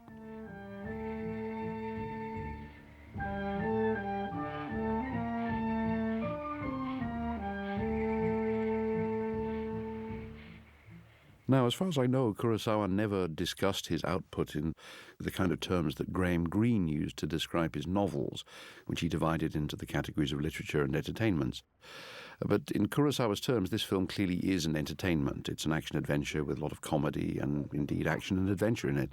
And it comes after, let's not forget, 3 pretty serious, heavy films. He'd made Rashomon, which is his first attempt at reinventing the jidaigeki form. He then made Takuchi, The Idiot, his adaptation from Dostoevsky, which I guess was for many years his most experimental film. And Ikiru, Living, a film about dying, of course, which breached a very fundamental Japanese taboo in place at the time and still largely in place now against even discussing cancer. So this, by comparison, is a fairly lightweight film. But lightweight does not mean not serious, just as it didn't mean that in Graham Greene's case when he wrote entertainment novels. And this particular scene, in which Kikuchiyo brings this load of pillaged samurai armor in as if he's made a great achievement, brings one of those serious themes to a head. As I've said, I think the film is largely about what it takes to be a real samurai. It's not a matter of form or behavior, it's a matter of spirit and attitude.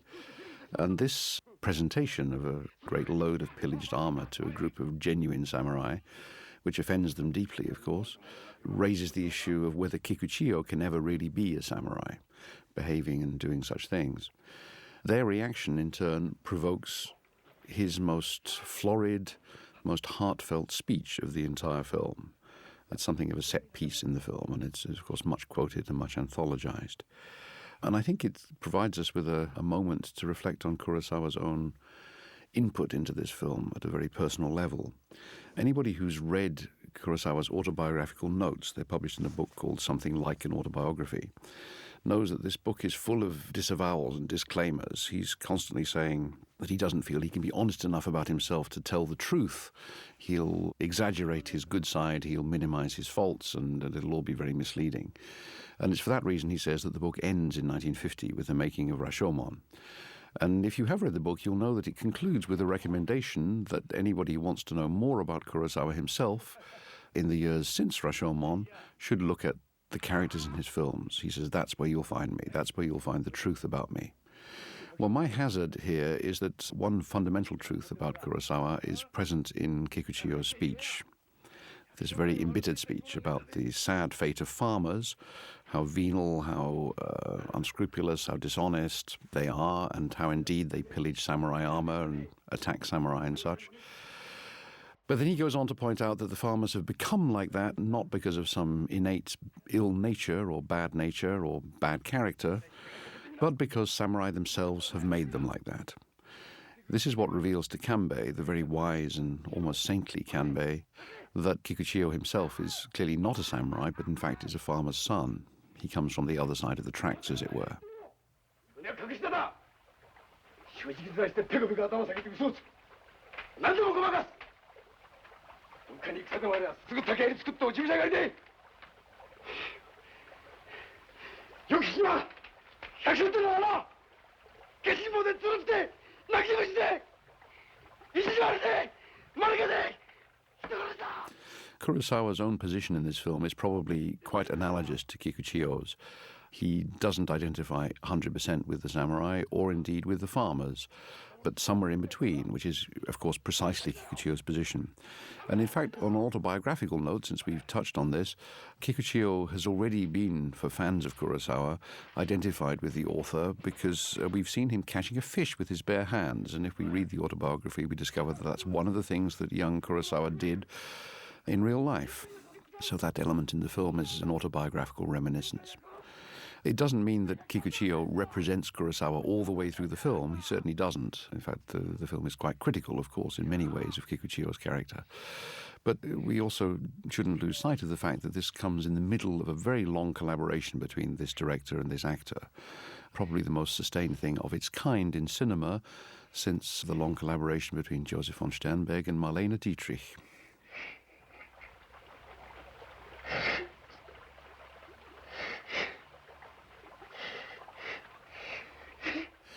The position that Kikuchiyo has just expressed, the critique, if you like, of the relationship between peasants and samurai in 16th century Japan, is an anachronism in the film. It's one of a set of anachronisms that runs all the way through the film, in the sense that nobody in the 16th century would have actually analysed the social situation in those terms. It's a modern perspective, and I think, as I've suggested, Kurosawa's perspective. These shots, incidentally, of Kikuchiyo's back as he sobs and his feet as he runs out are almost Bressonian, actually, and it demonstrates in a very smart way, I think, how Kurosawa is becoming very confident about using something other than facial expressions to articulate emotion. He's also, as you can see from this composition, when the village elder arrives to check that everything is okay, becoming very confident about using a certain kind of dynamic composition. You'll remember that the film began with credits that were skewed. Nothing was full square.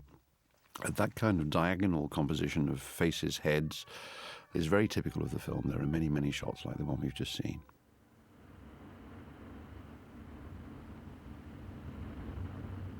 This encounter on the village street outside between Katsushiro, with his hormones surging, and Kikuchiyo, who is in this disgruntled mode, having been told off and having given vent to his feelings, is, I think, very typical of another strategy in the film, where you get different strands of subplot that intersect, and they're apparent mismatches at all times. You have one happy character, one sad or upset character encountering each other. Kikuchiyo's disgruntlement, of course, is offset by his association with the kids, as usual. We've already seen this many times in the film.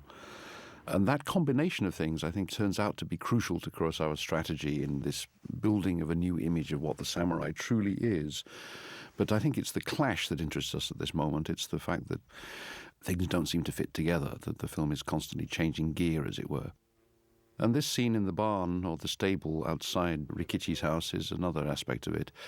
For the night, after this confrontation with the rest of the samurai group, Kikuchiyo has opted to spend the night in the stable with their host. They've been billeted in his house, of course, because he has no wife, which turns out in turn to be an important plot point. But what's interesting here is that Kikuchiyo has opted not to be a samurai for tonight, but to join the farmers and sleep in the barn.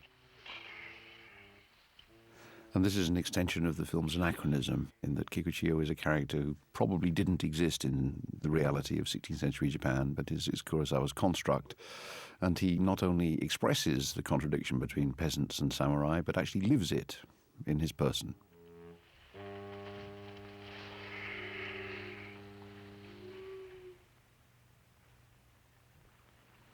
Now, next day, in the pouring rain, Kikuchiyo has rejoined the samurai. He's back next door with the main group. And we return our focus, or Kurosawa returns his focus, to the question of this group, as a seven-man army, as it were. And this is consolidated, of course, in the creation of the banner, which we're about to see unveiled. The banner has a very crucial symbolic significance. As we know, it consists of three symbolic representations. Three at the top, 6 circles. Underneath that, 1 triangle, and underneath that, the Chinese character that represents the farm and the villagers. So it's a symbolic representation of the way that the samurai are going to protect the community. The interesting thing, of course, is that one of the 7 protagonists is represented as a triangle and not as a circle, and that, of course, is Kikuchiyo, because he's not really a samurai. He's very disgruntled about that again, but in a way this returns us to the main theme of the film. Can that triangle become a circle? Can he really be a samurai? It's one of the dramatic focuses of interest that Kurosawa pursues all the way through. なんだよ、6つしかねえじゃねえか。俺はのけもんか。いや、この三角が菊千代様だ。これ。Kikuchiyo's sexual boasting, we've already seen some examples of it, and it's reaching overdrive at this point in the film, is possibly what drives Kyuzo, the swordsman, out into the rain to practice. It may be his disgust at listening to this kind of stuff that sends him outside. And ironically, outside, where he, like the other mature samurai, shows no interest in sex of any kind, I mean, their relationships are essentially with their own peers, and I think we've already noticed in the early part of the film that all of the most intense emotional moments have come with the bonding between these men, the expressions of respect and affection that dominate their relationships. Anyway, outside, Kyuzo finds himself the unwilling voyeur to the one strand of heterosexual romance that runs through this film, the secret meeting of Katsushiro and Shino, the peasant girl. The fact that Shino is now refeminizing herself is already an early indication that she sees this as a burgeoning romance. And it reminds us that the cutting of her hair was actually the second haircut in the movie. You remember the first one was when Kambei, the leader of the samurai, cut his hair or had his hair cut so that he could pose as a monk. I think it's not an accident that Kurosawa repeats motifs like this. Shino is not disguising herself as a monk or indeed as anything other than a boy, but that pattern of repeated motifs and variant motifs is one of the ways that Kurosawa uses to structure the film.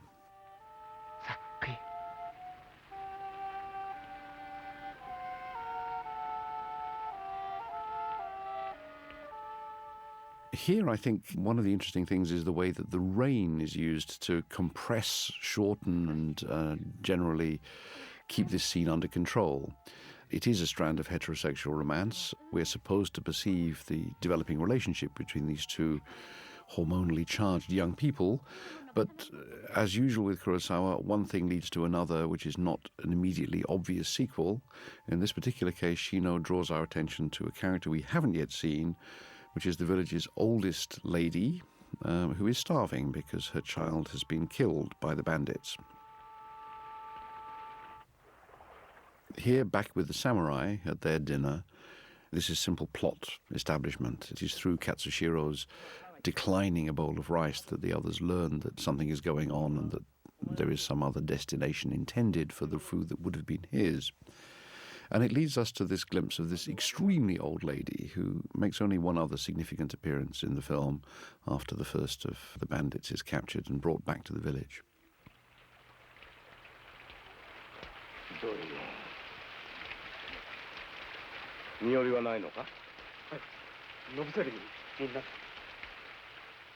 She's not shown in extreme close-up, but she is given this one shot, which is held for quite a long time. And it's rather notable that this is the first of 3 extended, close to medium shots of women in isolation that run through the film. Since this is a film mainly about male bonding, male camaraderie, male teamwork, most of the shots of the film are like the ones we're seeing now, groups of men in dynamic compositions, in 2s, 3s, 4s, even 7s eventually. We do see 3 women in tight close-up at different points in the film, and it's rather striking that Kurosawa chooses to reserve his close-ups, his largest shots, for these rather peripheral or minor women characters in a film that's predominantly masculine. It seems to me that this is, psychologically at least, preparing the viewer for a climax, which will come a bit later, and which, of course, we'll come to when it arises. The immediate dramatic thing here, though, is that Kikuchiyo is raging with resentment against this wretched old lady. And it's become increasingly clear, this is a sort of sequel to his outburst to the samurai about the way that samurai have made farmers what they are, that his hatred is a kind of displacement. His own resentment of his origins is being somehow displaced into contempt for the more wretched of the earth.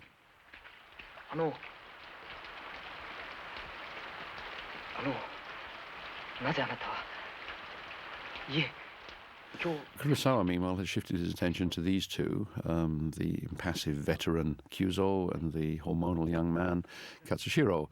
And this two-shot, which is very typical of the conversation scenes in the film, contrasts the impassivity of one, the reserve and control of one, with the extreme nervousness and dejection of the other. It leads us via this moment reminding us that time is passing and that the rice is getting ripe, to a broader consideration of the way that this film is turning into a kind of anti-High Noon.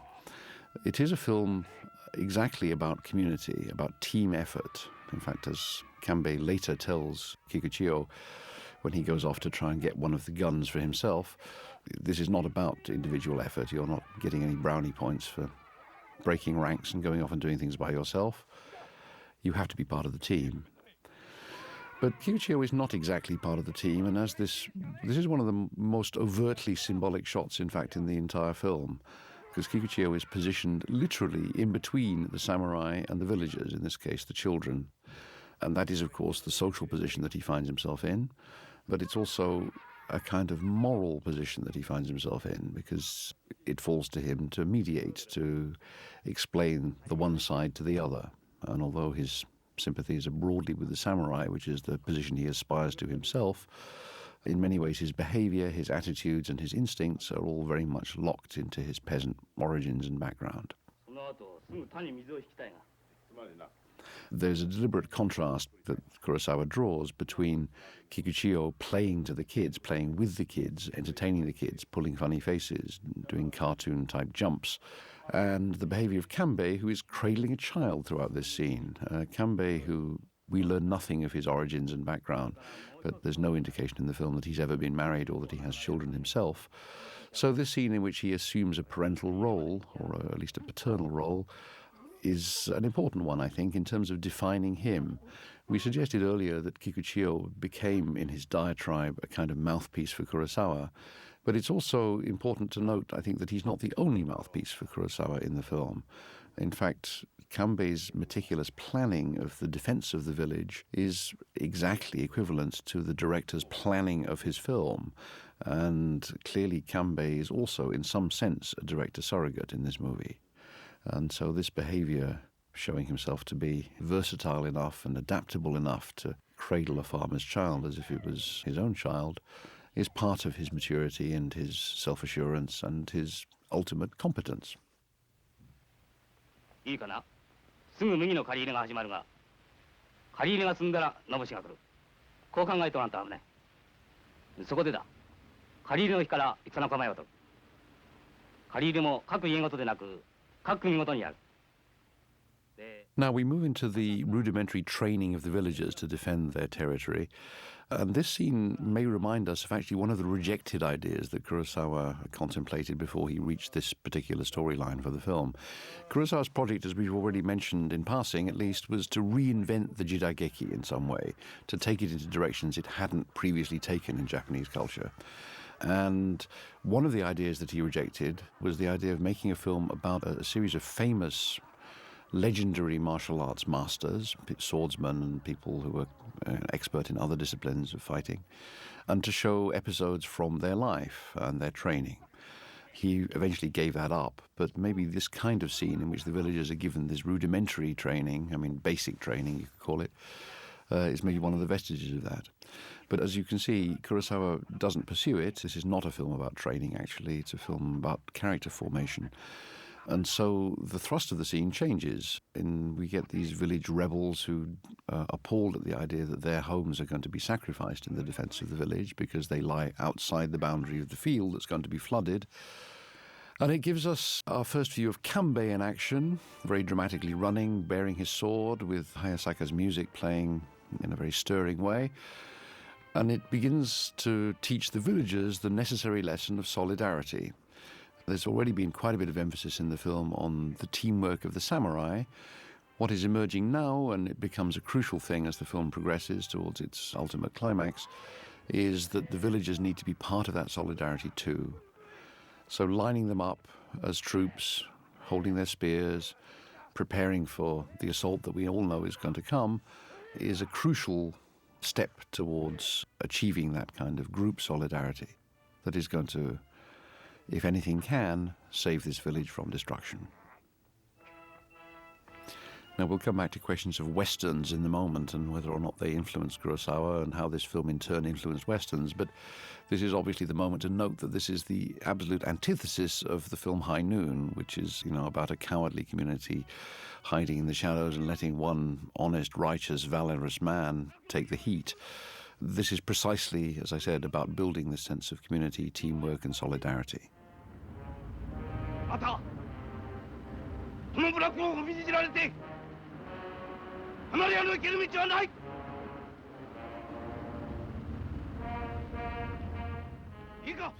Now, as the film moves towards its intermission, this is a very long film, nearly 3.5 hours long, and it was always intended to play with an intermission. So Kurosawa structurally builds the intermission into the drama by climaxing part one, which is coming up momentarily, with this display of solidarity, the fact that the villagers are accepting their necessary role as backups behind the samurai that they've hired, but at the same time stressing those elements of weakness that threaten to compromise the whole project. Those elements so far have been mostly associated with two characters, Katsushiro with his romantic dalliance, which takes his mind off the matter in hand, and of course lovable Kikuchiyo, whose impetuousness threatens all kinds of disaster.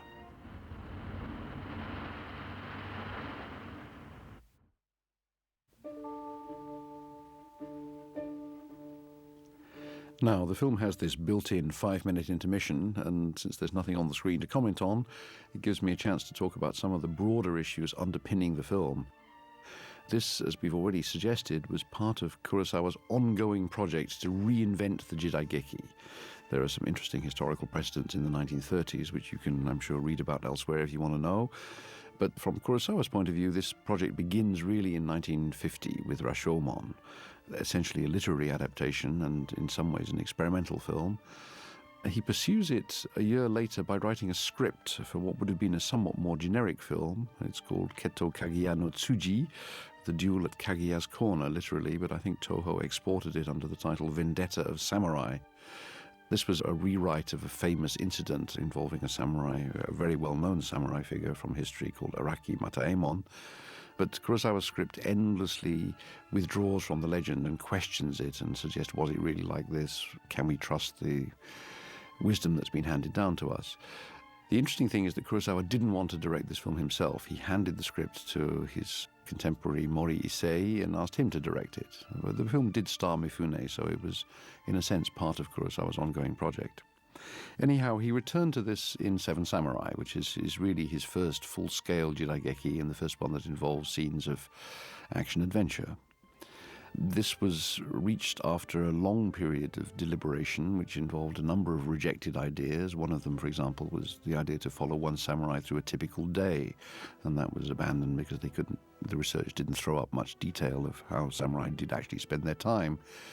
Anyhow, Kurosawa, in the course of researching, came upon the information that some samurai in the 16th century had helped peasant farmers for bed and board.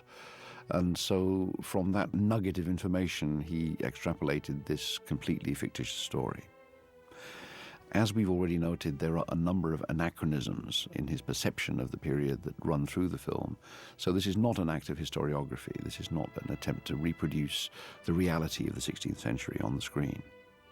It seems to me that the crucial influence on the direction that Kurosawa took the project in was his viewing of American films, and in particular the westerns of John Ford. This is already announced somewhat loudly in the very first shot of Seven Samurai, which is the bandits cresting the hill in that band of light under the lowering sky. And in fact, all the scenes involving horses and riders in this movie are very Western in feeling and not like anything much in previous Japanese cinema. But Seven Samurai is not really an Eastern Western. Nothing about the historical or cultural context of the piece allows that kind of comparison to be made. It just doesn't work. Japan at this time was not a country being discovered and occupied by new settlers. It was, on the contrary, a very stable ancient community, although it was riven by war. So what did Kurosawa learn from films like John Ford's Westerns? Well, I think one of the things he learned was the interwoven plotting, which tangles together the moral and sexual questions with all the issues about military strategy, how to defend a particular place and a particular community, and which also brings into play that gap between the professionals, the experts in the field, and the civilians who are in the background. But also ideas such as that blend of drama and suspense and humour, which you find in Ford's films, but don't really find much in earlier jidaigeki in Japan. It's also true that most jidaigeki in Japan, particularly the ones with famous heroes at the centre, didn't have protagonists who had real credible personal histories behind them. They're presented as almost mythological beings. So it's not really much of a surprise that since Kurosawa learned these things, I think, from American cinema, that this film in turn became such an extraordinary influence on American cinema, not only for the remake that John Sturges made in 1960, 6 years later, but also for much of Peckinpah and other later Westerns. Incidentally, one of the things that strikes me is that it may be one of the factors that led Kurosawa to reject filming in colour in 1954. There'd been quite a few Japanese films in colour already by this time, but Kurosawa didn't come to colour until 1970, a full 16 years after this, and Dodeska Den was his first colour film. He was very dubious, famously, about colour technology and felt the colour wouldn't be good enough. But it's always struck me as extremely likely that Kurosawa stuck to black and white for a film like this because the images that influenced him from American cinema were precisely images in black and white.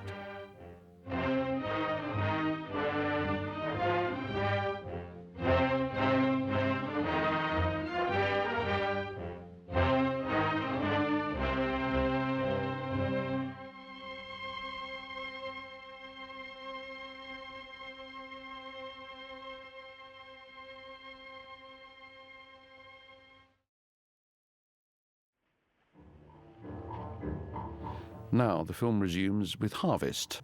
Kurosawa often has an emphasis on changing patterns of weather and the changing seasons in his films, and he tries to make them very material to the action.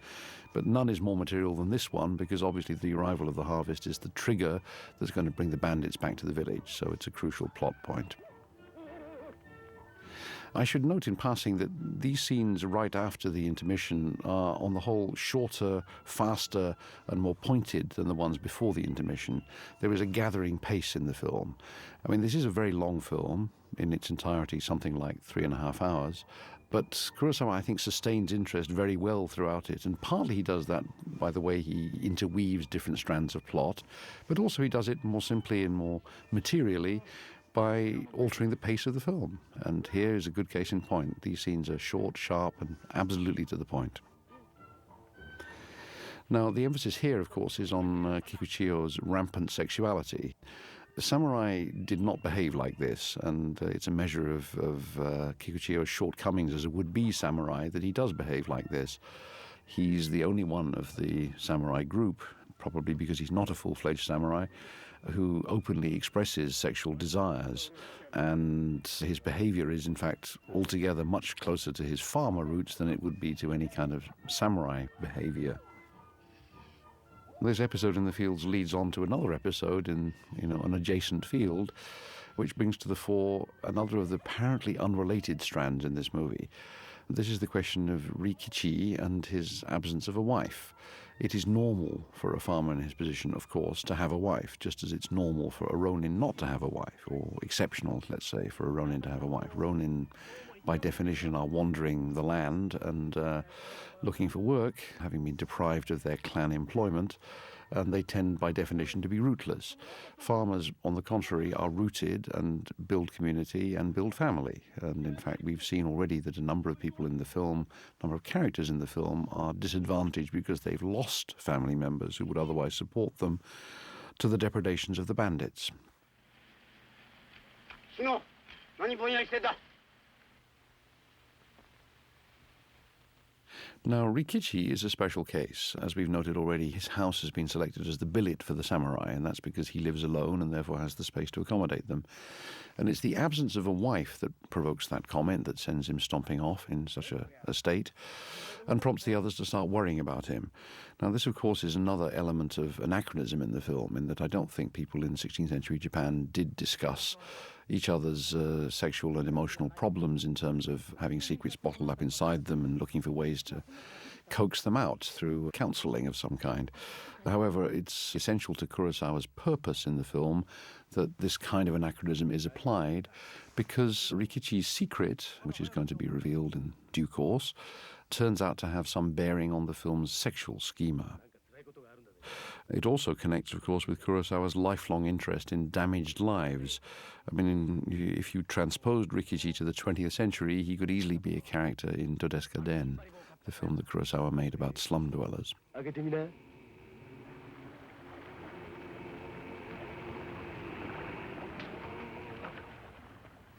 This fireside scene, which is the attempted counselling of Rikichi, takes us into this realm of the spoken and the unspoken, what can be said and what cannot be said, which is another current that runs through the film, and which is actually centred on Rikichi, since Rikichi is the one who is unable to articulate his problems.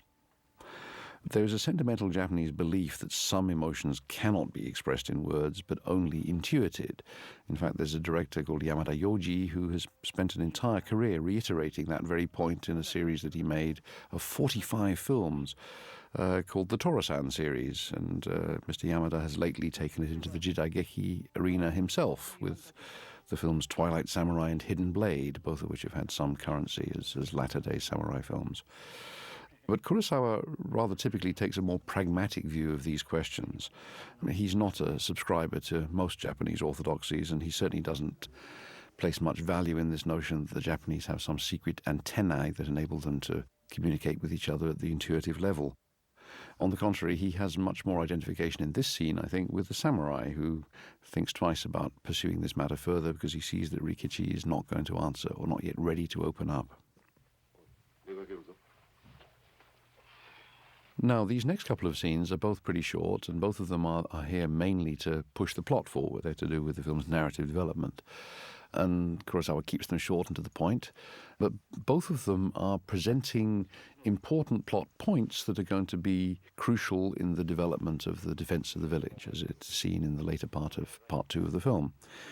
Here, Kanbei is confronting what he knows to be the two weakest links in his chain of defense. One is the samurai Katsushiro, who is left asleep, and they note in passing that he's murmuring a girl's name in his sleep, which is their first indication that there's trouble of that sort in store. And then they go off to confront the other weak link, which is, of course, Kikuchiyo. Kikuchiyo, not unexpectedly, is deeply asleep. And the way that Kanbei deals with this problem is quite revealing. It's revealing of both Kurosawa and of Kanbei as a character. Kanbei decides not just to challenge Kikuchiyo with dereliction of duty, but to do so in such a way that encourages him to do better in future. So this is set up as some kind of test or challenge for him, not just a way of reprimanding him.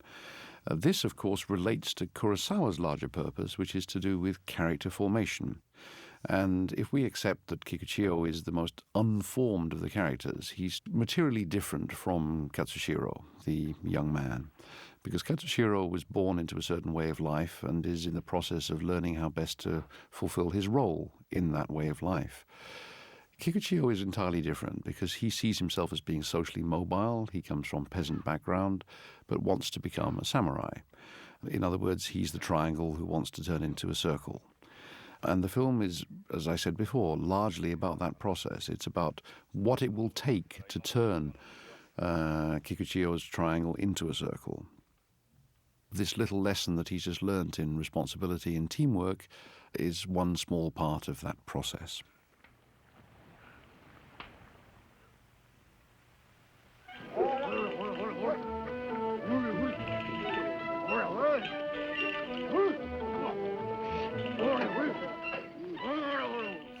Now, the ploughing of the fields, which is preparatory to flooding them, and which leads into directly the building of the moat that Kanbei has decreed is necessary for the defense of the village, gives us a little montage sequence where again we see the characters enacting Kanbei's plan.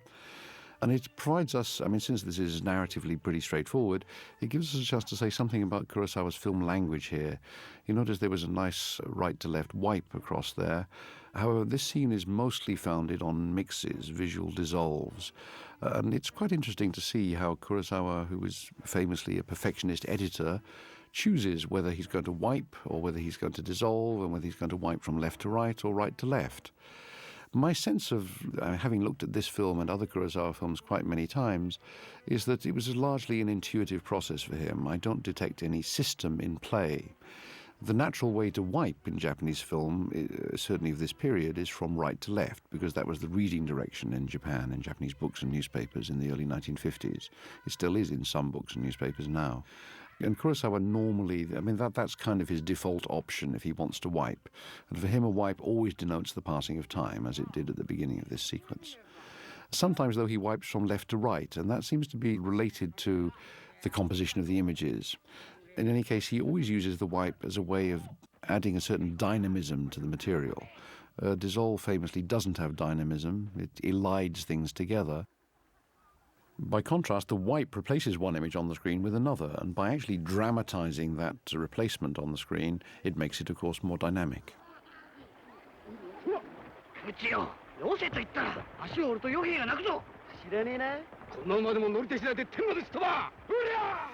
We're into one of the comedy episodes in the film, Kikuchiyo learning to ride Yohei's pony, and it provides a gag which I guess must have come from silent cinema. I can't place the exact origins of this gag, but it's certainly been copied many times since.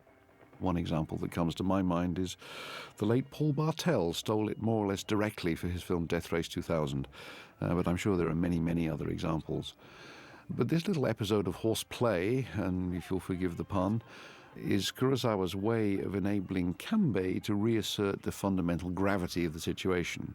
There is a recognition that, the humor that Kikuchiyo brings to the community and to pretty much everything he does in the community, in fact, is welcome, but at the same time a distraction from the seriousness of purpose and the gravity of the threat that they all face. I want to jump ahead a little bit to the upcoming scene because it relates to something I've been saying earlier.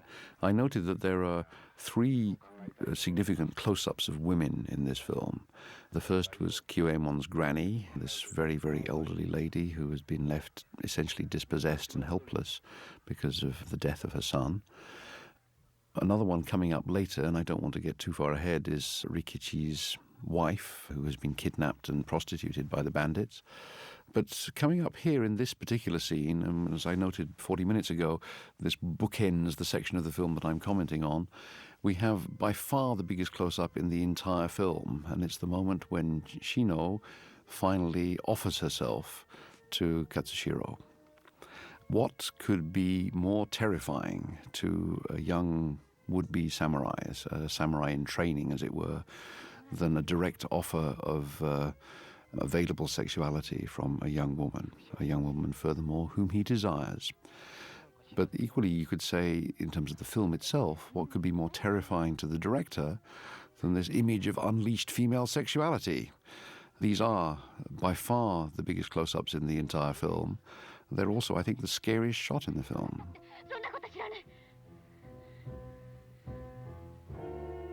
Now, this is crucial to the film's sexual schema, but it's also crucial to the film's sense of the evolving personality of a samurai, what makes a true samurai.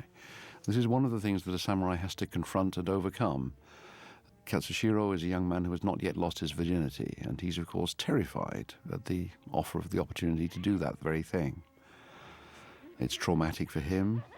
It's a huge disappointment for the girl, who is indeed transgressed class barriers by offering herself to a samurai, and she knows full well that she's incurring the impending wrath of her father by doing so. However, Kurosawa very typically deflects the moment into something else, because the embarrassment, the mutual embarrassment of this encounter, this refusal of sex, is suddenly erased by the immediate pressures of the moment, the sound of a horse neighing off-screen, which denotes the long-awaited, long-feared arrival of the bandits. I think one of the many things that Kurosawa learnt from the Hollywood model was the way that you can balance between a focus on individual characters, their problems, and a broader picture. And what makes it particularly innovative here is the way that he has so many strands of storyline that run through it. All of these things come together in this film to produce a grand final statement that is to do with the end of the samurai class. And that is one of the reasons why this is such an enormous influence, not only on the jidaigeki genre in Japan in subsequent years, but also actually on world cinema. Well, I think we have to leave that thought hanging in the air, because it's now my turn to hand over the commentary baton to the next speaker. For the next 40-some minutes, this is Donald Richie taking over. One of the things that I remember best about Seven Samurai is that I was at the premiere of this. It was in 1954.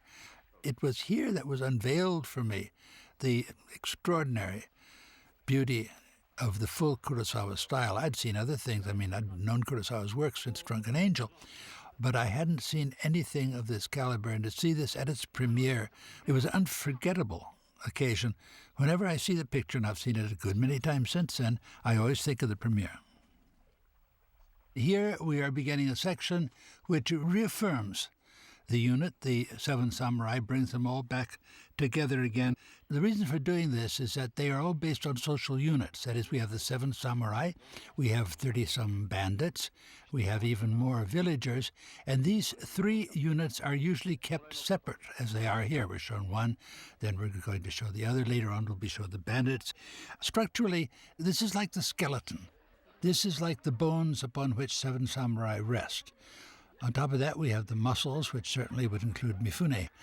And then we have the skin, which is the style, which is the look, which is the sheen of the picture itself. And one of the things about Seven Samurai is that you can take a single section, such as we're doing right here, and can find in it a reflection of all the other sections. In any section which is taken, you will see these various patterns of which the film is made, iterated, reiterated, or put in meaningful new positions with each other. Units are always emphasized much more strongly if we have an errant member of the unit. We have such an errant member among the farmers, which is the daughter. We don't have any among the bandits because we don't need it. But we certainly have one among the samurai. The errant unit is Kikuchiyo himself. He is the one who is very often at odds with the others and hence emphasizes their solidarity. We're coming up to a scene where they are congratulating themselves that they have not been seen, but of course Kikuchi opens his big mouth and he ruins their plans. The bandits have seen him. This is just one of his many misdemeanors, but this is his role. He is the He's the mischief maker. He's the one who doesn't fit in. The fact that we have one who doesn't fit in means that we view the unit all the stronger. And in the end, of course, we have a long tableau at the end at his death, in which we find that he indeed is not only a member of the unit, but he stands for the unit entirely. So Kikuchiyo, in a way, defines Seven Samurai as Mifune defines the picture. When we think of this picture, we think of a lot of things, but one of the things we think about is his reading of Kikuchiyo. It's very surprising, then, to realize that he was not originally intended to play the role of Kikuchiyo. He was originally intended to play the role that Miyagawa plays as the silent swordsman. I suppose he could have done it, but given his action of Kikuchiyo, it's almost impossible to imagine how he would have done it. But anyway, that's what it was thought. There was only 6 samurai at that point. And somehow it didn't work. So Oguni and Kurosawa mainly, and Hashimoto, who wrote the script, cast about for a way in which they could enliven things. And they got the idea of this sort of comic, errant, would-be samurai in the person of Kikuchiyo. And in this way, the role for Mifune was born. Mifune himself has said about this role that it was the most difficult work he ever had to do in his entire career. I think one of the reasons could be that it was against the kind of roles he'd done before, such as the bandit. In Rashomon had certainly been that Anik, but he hadn't been that amusing. His roles in the earliest pictures had been more or less heroic. They hadn't been comic. In this, he realized that he could be a comedian, and later on he would enrich his roles again and again. I'm thinking of his roles in Yojimbo, Sanjiro, particularly the lower depths, where a restrained comic ability is very, very evident. He enlarged himself through this particular role, and of course he gave an identity and a memorability to the movie Seven Samurai that would not have had otherwise.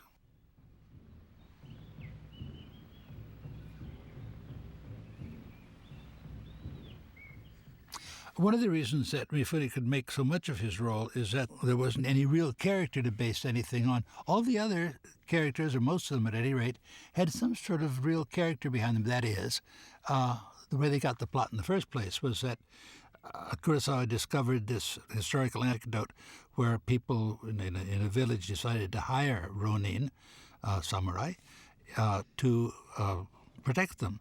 And he thought, boy, we got a story here. And then he went through history and picked people of probity or people of something else, great swordsmen and so forth, and sort of embroidered his characters based on those originals. Kikuchiyo didn't have any original. There was no farmer's son who wanted to be a ronin so much that he was willing to work for nothing at all for a group of villagers that he never saw before. This freedom that he had is, of course, reflected in the performance of Mifune, I believe.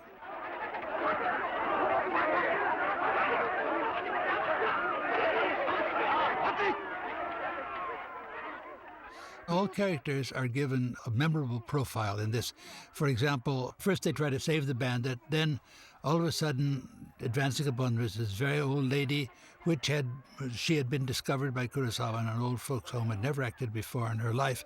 And she's only on the screen about 1 minute or 2 minutes, and yet we know so much about her. We learn everything about her, and this identity, the mystery of the woman, is there because Kurosawa uses the no flute at this point to emphasize the otherworldliness of this. And that's the end of the lady, and yet I dare say we'll never forget her. She comes at such a point where we're emotionally so open.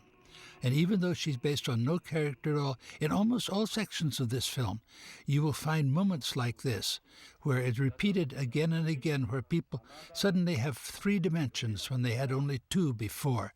No matter which section of this film you go to, you will find examples of this very close knitting by Kurosawa.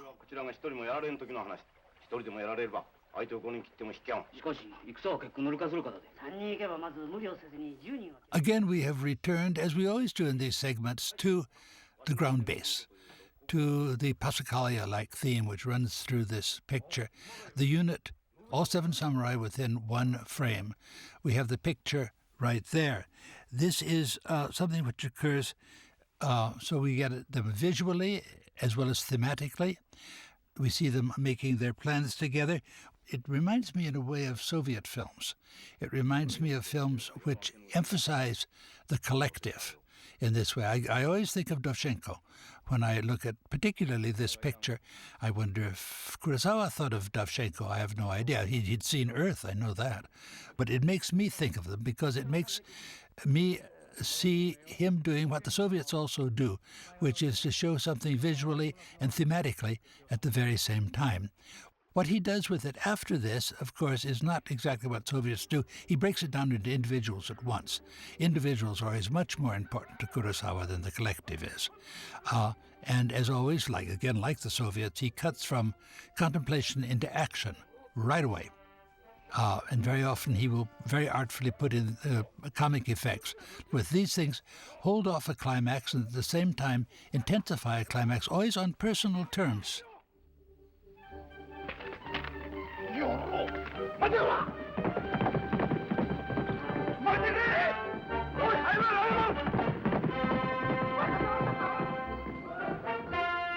And here we have that celebrated pan down, which shows the Seven Samurai going to the bandits, and it is interrupted by something which is unexpected, the wipe, which takes us directly into the studio, but it is so connected with the pan down that we instantly believe in it, and here, again from the left, come the samurai themselves.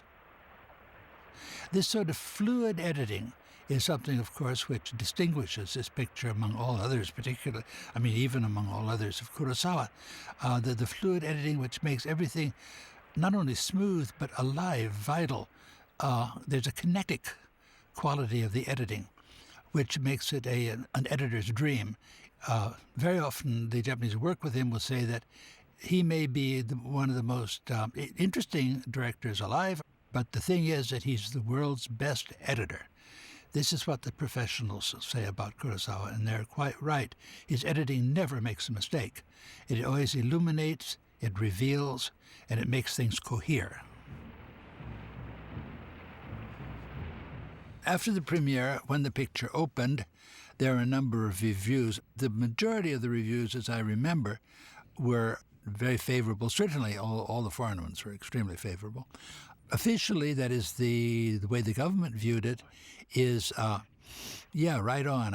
As long as we Japanese stick together, we're going to make a good job of it. This is a simplification, but at least it's a favorable one. The way that Toho looked upon it is very strange indeed. Toho showed some patience in that they allowed Kurosawa to film it. At one point, they're going to take it away from him. He ran so over the budget. He ran so over the time limit. But eventually, it was finished. However, they never really... no director here has the right of final cut. This premiere that I saw was just about the only time that the Japanese were able to see the film, if they'd been invited at all, and for the next 10, 20 years, because the film was cut up, was shortened by a good length. An hour it was cut out, something like that. And then it was released to the neighborhood theaters. So what they saw was a much truncated version. If you have a film that's 3-something hours long, you cannot show it more than 3 times a day. But if you have one that's only 2 hours long, you can show that 4 times a day, and you can get more people in, and you can make more money. This is the way that motion picture companies usually think. And so this happened. Then they sold it abroad. It got even worse. The RKO bought it initially, and they made what they called an action version of it, which cut out even more. Other countries were a little bit more intelligent. Germany didn't cut it. Italy didn't cut it. France didn't cut it, nor did England. But none of them got the full version because Toho had taken the outtakes out and had re-edited the negative. So when you ordered a copy of Seven Samurai, you instantly got the truncated copy. For years, that's the only copy I knew, and yet I'd seen the full thing at the premiere. I knew what it was like. I knew what was missing. Decades later, conjugated complaints finally moved Toho to find the outtakes and to put them back in the negative and to finally mint a complete negative. This is what we have now. It is now possible to see the complete Seven Samurai, but it took a long time to achieve it. Burning down expensive sets is later to be one of the givens in a Kurosawa film. One remembers the set in Ran, which is astonishingly authentic. Could you say this is part of the gist of any Kurosawa personality on film, this willful need to burn down elaborate and expensive shelters? I can't think of anything before this picture, but after this picture, there's been quite a few sets which have set on fire. Well, one of the ways to think about them is that they are spectacular. Fire is one of the most spectacular things on earth. When Tarkovsky wanted to make a fitting conclusion for sacrifice, he could think of nothing better. Indeed, there would be nothing better than to set the whole house on fire. I think one of the reasons Kurosawa is interested is that it is all action. It gives us something to look at. It would be equally effective without color. It would be equally effective without sound. I think that the quality of action is one of the things which must have appealed to Kurosawa.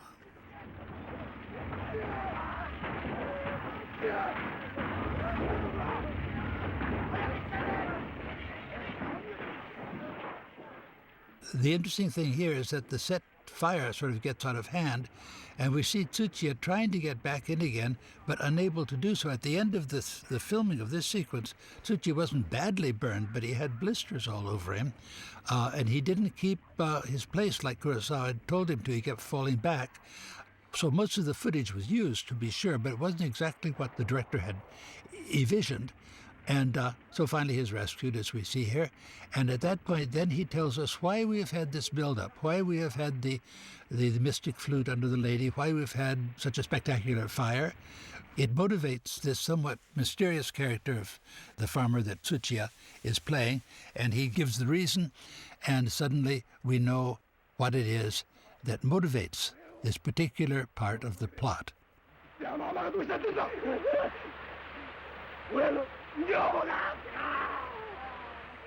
Let's examine what it is that we have been shown in this sequence. We have been shown the mysterious woman, and the revelation has been made. We have been shown the first successful attack, the first battle, practically 2/3 the way through the entire film. We have seen the death of the first samurai. All of this we have seen in just a matter of minutes. These units have a way of moving very, very swiftly. Here we have another illustration of what is occurring. This is pictorialized, again against an open sky, in which one might call the Soviet style, in which the sword on one hand and the samurai on the other seems to be asking us to complete the composition. We have the feeling that this is going to, that we're counting something, that something inevitable is going on. This is something that is felt and is demonstrated now by Kikuchiyo, who makes a gesture which is going to bond again the idea of a group. Mifune feels, and the director feels, and consequently we feel, that some sort of bonding is supposed to occur at this dramatic point where one of the men is, and one whom we like, more than maybe some of the others, he's been wantonly killed. Someone once said that the times in which he lived influenced the moral message of Kurosawa's achievement. The fact that Drunken Angel, for example, was filmed in 1947 and yet ended on a note of uplift. The fact that Rashomon, 1951, ended also equally on a note of uplift, and that other pictures have as well, indicates that in 1947, 1951, the Japanese people were themselves concerned with being optimistic, were concerned with uplift. However, when we get to 1954, we get to a different kind of period where the people might be more disillusioned. So we get ambivalent endings, such as the ambivalent ending of Seven Samurai, and other ambivalent endings to come. I don't think that's true. I think what we have, rather, is a man who always sticks to the same theme, but he allows himself to interpret this theme in different ways.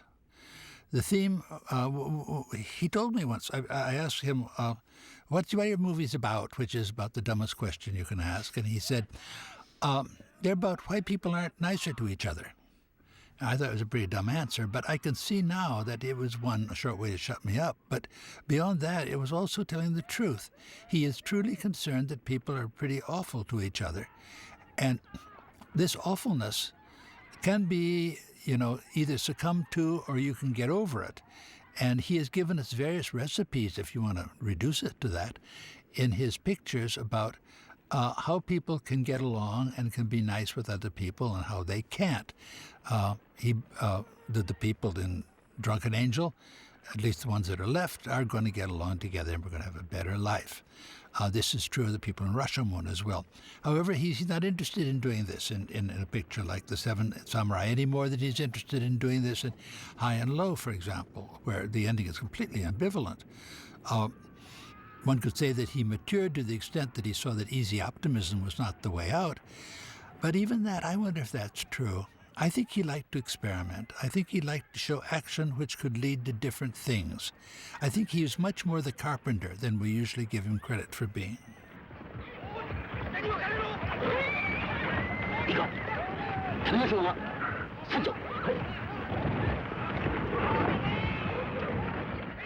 Notice the choreography. Remember when we saw the bandits pouring down over the hill? It's always interesting to think about where a director got his images from, since there's very few things original in this world. A thing I've often heard is that the bandits cascading down the mountainside is something which he obviously took from the Westerns. Well, which Western this would be, I don't know. I don't think it came from the Westerns at all. I think it came probably from the Japanese tradition of this being the way to introduce an enemy. It may have come originally from pictures like Henry V of Laurence Olivier, which was very widely seen in Japan, or it may be the earlier Russians, certain Russian pictures which had descents down mountainsides of this kind. At any rate, it's been used many times before. In Kurosawa's picture here, I prefer to think of this kind of choreography as rather part of the legacy of that the period film had already attained by the time that Kurosawa had started working. We have in pictures of Mansaku Itami, for example, or Inagaki Hiroshi, we have pictures of units behaving in just this same way. This is one of the things to do, is to have the sudden appearance of the enemy galvanize our guys, the samurai who are waiting below. This is a known trope. This is like a metaphor. This is a way of speaking. I don't think that any Western was, American picture was needed to set this off. I think this is part of the home culture of the Japanese cinema, no matter where it came from. 南の12機、東へ行きます。13機じゃろ。一人、弓で。この上のやつ。 From now on, it's going to be practically all action except for a few lulls here and there. After he'd made the film, even while he was making it, Kurosawa said that he wanted to make a real moving picture. And so how you make it move through action. And through action which is explanatory, which what the action is for. We have the quiet scene here, but it is filled with action because we are keeping count not only of the samurai now, we're keeping count of the bandits that we have killed.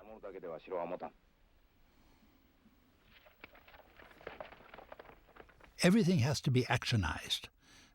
We have to have even more movement than we have had before. This idea of movement as part of the storytelling technique, of course, is something that movies have always had from their very inception. And this is particularly true of movies when they couldn't talk.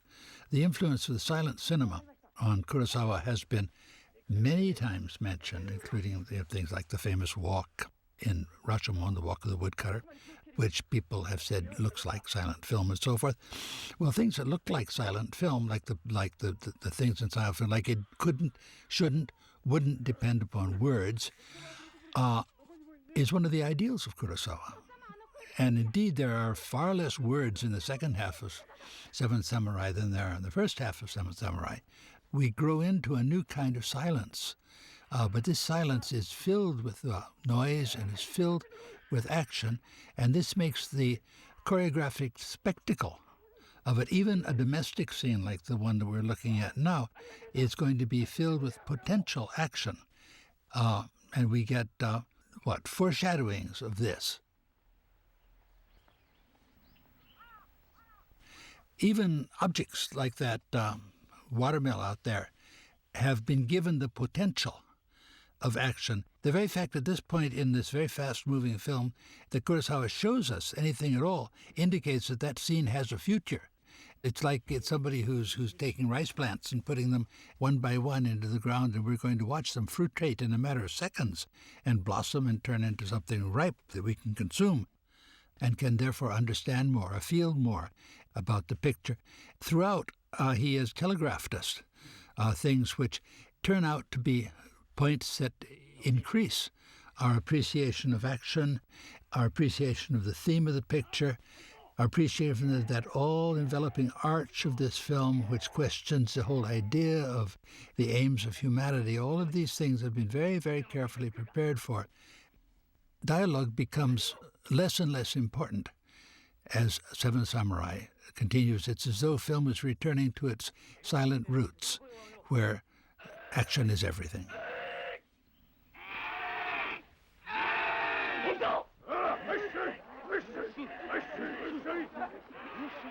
One of the things we have to note is geographical spontaneity, as though everything is next door to everything else. In point of fact, although the village was a unit, all the other things were miles away. These were things that had been built way out in the countryside, so to get from one scene to another involved buses and cars and goodness knows what. And the idea of proximity was built in the editing room, in which all of these were united. This is ordinary in filmmaking. This happens again and again and again in all sorts of films. But you don't get the tremendous feeling of authenticity that you do. We don't question but what this stream is right next or is in the middle of the town. Now, I don't know, but it may very well be 5 miles away. We don't think of it. We don't question it. And I think this is because of the astonishing veracity of the editing itself, which doesn't give us, one, time to think. Two, it makes us want not to think. It wants to paralyze our thinking things because we have our feeling things on to full volume right now. And it will get more and more until finally the emotions become deafening at the end of this picture.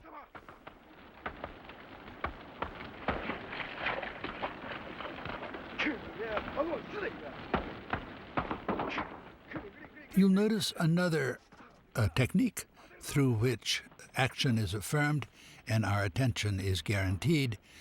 The length of each cut, of each scene, very gradually gets shorter.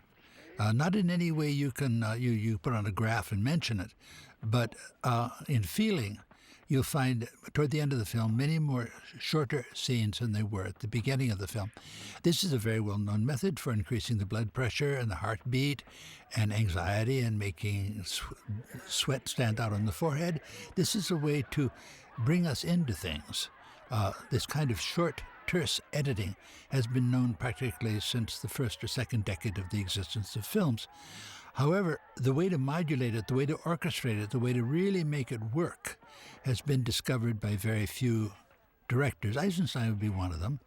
I can think of several others. And then, of course, there's Kurosawa. This sequence is among what one might call key sequences because we have here iterated yet again, as we have seen in many other sections. What the man is saying is that those old shacks don't make any difference. But of course, those old shacks, that's his house that he's talking about. The fact that he says, okay, let it burn down. What's more important than my house, than me, is the collective, is this village with our samurai protectors, that this is what is important. And here we have the villagers convinced, or at least one member of them, convinced of this.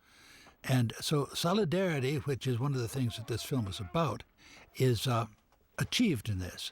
But something else is going to be achieved very shortly because we all came from someplace and we all of us have our pasts and we're all of us selfish to a degree.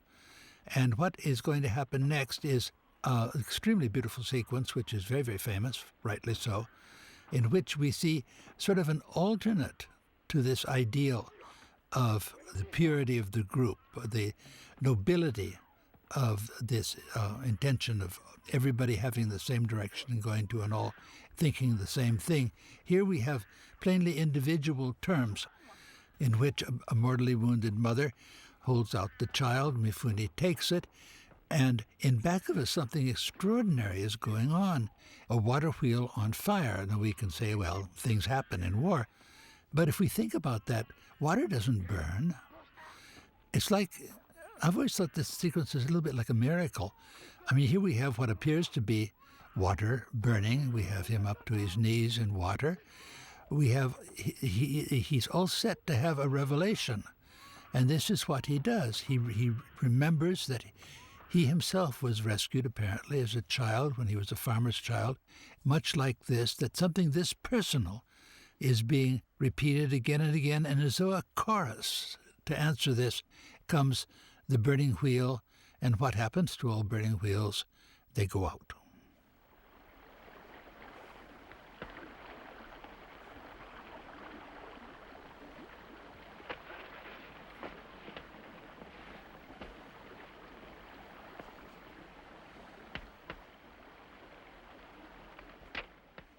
Kurosawa's collectives have much more to do with the humanity of the people involved rather than the political power that they achieve by collectivizing themselves. I don't think that Kurosawa has any political aims, except insofar as it would make for a better society for everybody. No, his aims are completely humanistic. One of the strengths of the picture is that on our side of the war, there are no anonymous people. Everybody is known, or at least they are capable of being understood if we were but to take the trouble to do so. However, this does not hold of the bandit. Any glimpse of the bandit see them more like animals. They are not given personifications. If one were talking about a truly humanistic cinema, then one might be able to say that there's something the matter with the picture. However, that's not the kind of picture that Kurosawa is making, even though he's making a humanistic statement. I think if you had a picture in which the enemy was as detailed as our side was, you'd have a picture which was quite a different kind of picture. You'd have a picture perhaps more like Grande Illusion, perhaps of Renoir, where things are equated, and the entire idea of struggle is thus negated. Kurosawa is not about this. He's saying that struggle is absolutely necessary, and you have to learn to struggle in order to find yourself. It is this idea of anonymity which lends fright and horror and all the rest to the picture, but also lends us its excitement.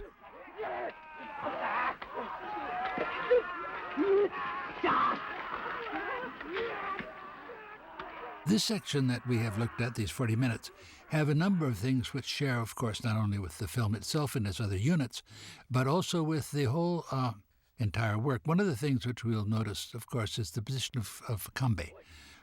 He is an archetypal character, such as we find from the very first of Kurosawa's films on. He was the teacher, the sensei in the very first film, Sugata Sanshiro.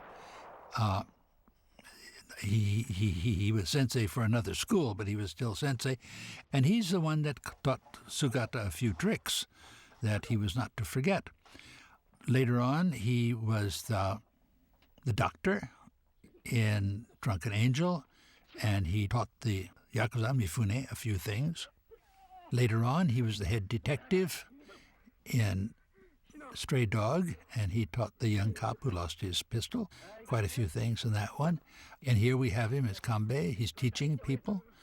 This master-disciple unit is something which is very important to Kurosawa.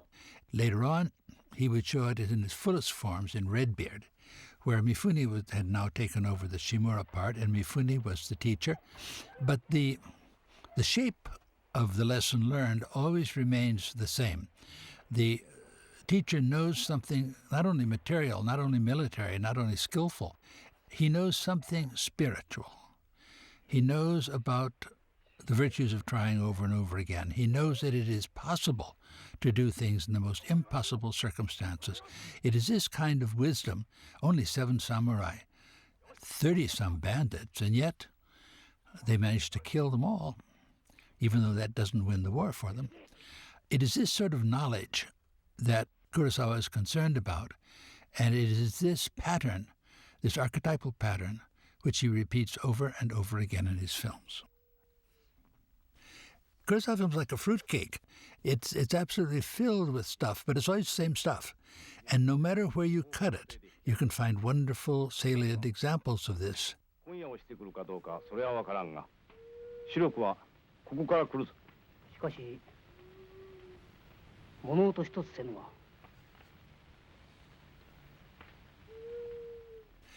Discipline, as you can imagine, was everything to Kurosawa. And in order to attain this, he had a couple bad habits. I think one of the worst of the habits that Kurosawa had was that he would very often pick out a member of his crew or his cast to bully, to make an object of. And Kurosawa would be angry and would shout and would march off the set and do all sorts of things. Now, maybe he really felt this about the person. That's quite possible. On the other hand, doing this to a person has a number of advantages, one of which is that it gives him an excuse to stop anything he wants to stop. 2, it frightens the rest of the cast into what they would hope to be good behavior. Three, if you really have a recalcitrant actor, it may shock him into giving some kind of performance. In Seven Samurai, the one he picked out to be the GOAT was the actor named Inaba, who plays Gorobei. Gorobei could do nothing right. I don't know, I wasn't on the set, I couldn't tell, but I can't imagine an actor being consistently so bad as to be treated like that all the time. I think that Kurosawa probably had his reasons for treating Gorobei badly. Gorobei told friends of mine afterwards that he had never been through anything like this in his life, and he never would again. And indeed, Gorobei, the actor, made very few other films. Never again did he have a part this large. One is not surprised at this. One hears, John Ford did the same thing. He was always picking on somebody in his unit to make a statement about. During the famous bridge games after the shoot, this person would be excluded, or everybody would sit down, have a meal, and he wouldn't be invited, that sort of thing. Whether Kurosawa went, to that extreme or not, I don't know. But at any rate, he always picked somebody. The miracle is that the guy who plays Inaba, the guy who plays Gorobei, does a terrific job of it, despite everything. You believe in him. Maybe this is the miracle of cutting, but or maybe it's that Kurosawa's theory works. Maybe that he'd frightened the guy so much that he turned in this splendid performance. I don't know. And with that, I will turn you over to your next and final editor, Joan Mellen, who has the ability and the enormous honor of doing this remarkable final sequence. Joan knows her Kurosawa. It was Joan that helped me a lot in the second edition of my Kurosawa book in writing up at least 2 or 3 of the films for me, and they are so credited, and they so appear in the volume.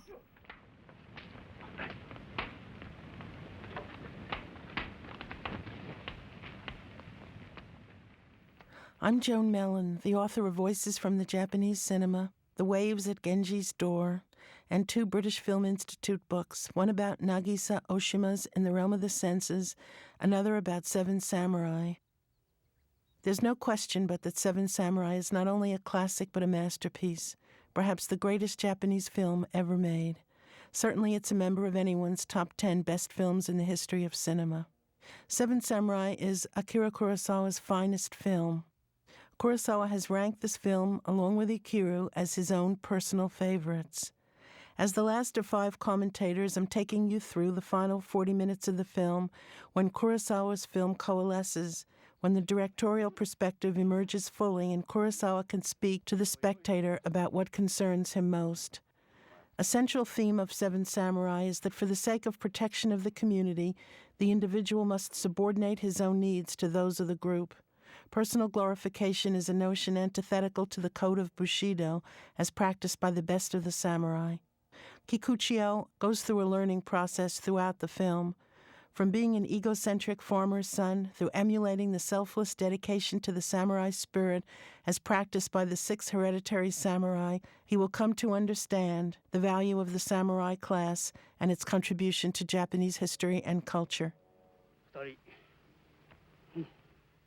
So it is one thing for Kyuzo to disappear into the mist and invade the camp of the bandits, and another for the willful Kikuchiyo to attempt the same thing. Kyuzo embodies the samurai spirit, not least in his understated response, killed too. A samurai defines himself not by words, but by action. Kurosawa films Kyuzo from a low angle looking up, the better to suggest the spiritual power of his samurai identity. Extreme close-ups are another means Kurosawa enlists to speak to the value he discovers in the samurai character at its best. Yet at other times in Seven Samurai, however, Kurosawa will film the samurai from a slightly high angle, looking down on them, to foreshadow the theme that will emerge fully only at the end of the film. As valuable as the samurai have been to Japanese society, they are about to depart from this stage of history. Kurosawa does not film the 2 men in the same shot for several reasons. One is that Katsushiro is not yet a full-fledged samurai. He will truly join the samurai class only after he kills his first man. Another reason for Kurosawa's use of the cut here is to foreshadow Kyuzo's death. Kyuzo and Katsushiro are soon destined to part forever. Still another reason for Kurosawa's fragmenting his depiction of the samurai is that the samurai way of life has become increasingly vulnerable. And even the solidarity of like-minded men honoring a noble code will not be sufficient to save the samurai class from extinction. In the battle that follows Kyuzo's visit to the enemy camp, Gorobei assumes leadership. So, gracefully, each samurai may take the primary role. The central theme remains that the needs of the group transcend any glory that might fall to a given individual. Gorobei joined the group because he was fascinated by Kanbei's character. They are brothers in their wisdom and in their approach to the samurai ethic, and it is Gorobei's death that Kanbei will feel most profoundly, as we will see later in the film. Of course, Seven Samurai is not only a philosophical film, a speculation on values and on history, although it is certainly that.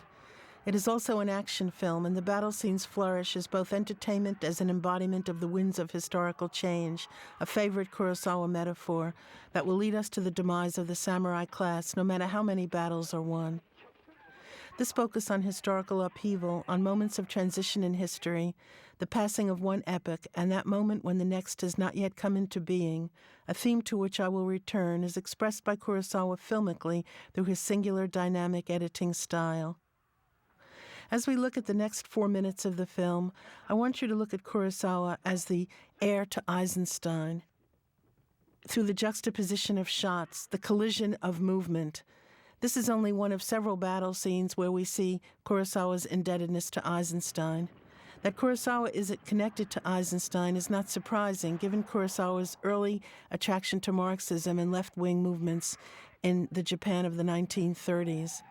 Kurosawa's passion is historical change and inevitably conflict. Battle scenes are perfect emblems of such progress, for good or ill.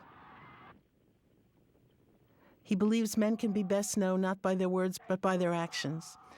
His samurai are men of few words, while his shots are filled with movement, just as Eisenstein's are. Men, horses, peasants, samurai, while the eye travels deep into the shot, so that as with Eisenstein, the spectator is as active as the characters in the film. Like his master Eisenstein, Kurosawa embodies the theme of social conflict in his editing style. Because impermanence is a major theme in Seven Samurai, the takes are short. The shot piece is often temporally so small that a shot appears on screen only long enough for the spectator to perceive what is happening and not a second longer. And in Eisenstein, this would be the conflict between a long take and a short take. Any kind of conflict that shows the contrast is what Eisenstein was looking for, and Kurosawa really does the same thing.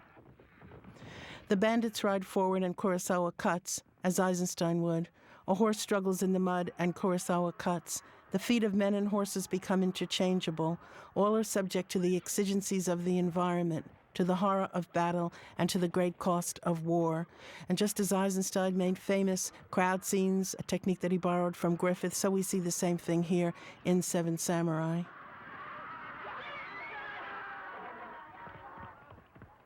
We can compare Eisenstein as a political filmmaker with Kurosawa. Both believe in the sense of progress, that society can be made better, that through conflict, through the establishment of good values, basic values, through struggle, a better society will emerge. And we see that in the Kurosawa of Seven Samurai. Maybe not in the late Kurosawa, but certainly in 1954 when Kurosawa made Seven Samurai. He believes that by showing an example of how people act well, live rightly, society can be improved. And we certainly see that in Eisenstein's films as well.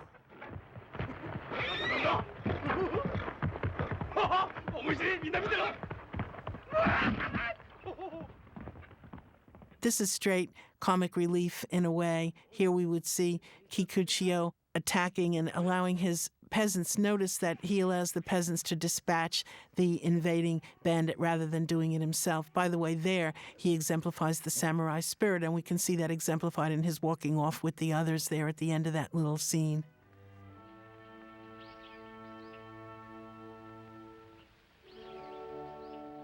These scenes that follow the two forays into the enemy camp, the first by Kyuzo, the second by Kikuchiyo, are a little schematic. They suggest object lessons. Kyuzo did the right thing because he has the skills and he can be trusted. Kikuchiyo is too impulsive too emotional, and therefore he shouldn't be allowed to leave his post. If you look at Kyuzo's expression, I think you can see that he understands that they're becoming so overconfident they may not be able to fight effectively.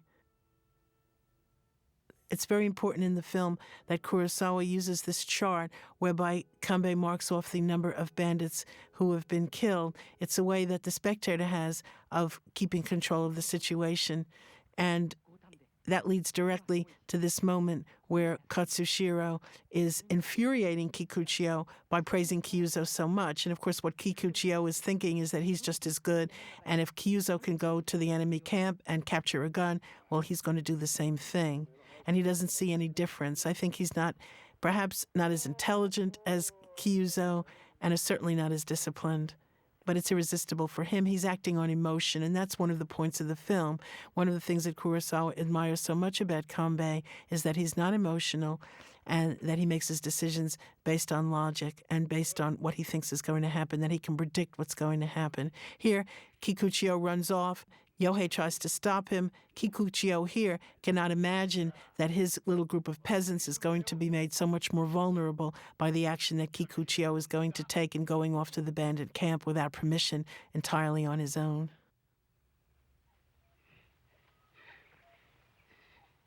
The music is light as Kikuchiyo makes his own reckless raid into the enemy camp, the traveling shot attempting to keep up with him. As animal-like, he penetrates the forest, allows Kurosawa to film from the point of view of a less than reliable character, one who allows personal desire, the need to distinguish himself and to prove himself as a samurai, to override his understanding of the need of the individual to subordinate himself to the group. In the scenes of Kikuchiyo in the enemy camp, Kurosawa elaborates upon the animal imagery with which this character has been associated from the moment of his first appearance in the mise-en-scène.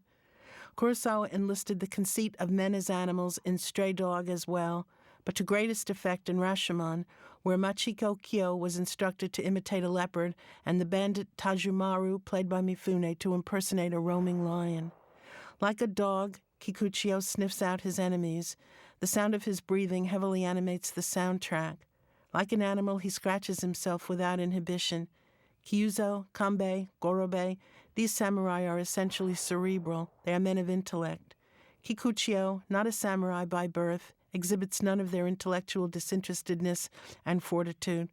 Throughout, one feels Kurosawa's consciousness of his own samurai heritage and of the samurai spirit embodied by his rigorous disciplinarian father. The last part of the film also focuses on the coming technology that materially presaged the departure of the warrior class from the social landscape. In the symbolism of Seven Samurai, the sword represents the soul of the warrior. It represents his integrity. It represents his social function. But we also have the introduction in this film of the gun, which represents the future. It represents the military of Kurosawa's own time, and it represents a moment in history when the samurai will no longer have a place in the society at all. It's something the samurai fear. It's an object as symbolic as it is real in the film. And of course, Kurosawa draws out that symbolism by having every one of the samurai who die by the gun rather than by the sword. Here we see Kikuchiyo showing his cleverness. Here he's taking the armor off the dead bandit and disguising himself. So he really is quite capable of being a samurai. There's the characteristic Kurosawa wipe.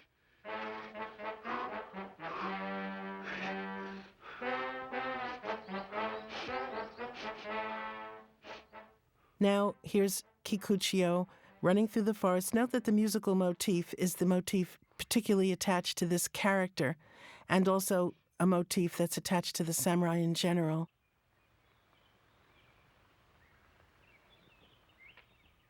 Note his fearlessness as he comes upon this man.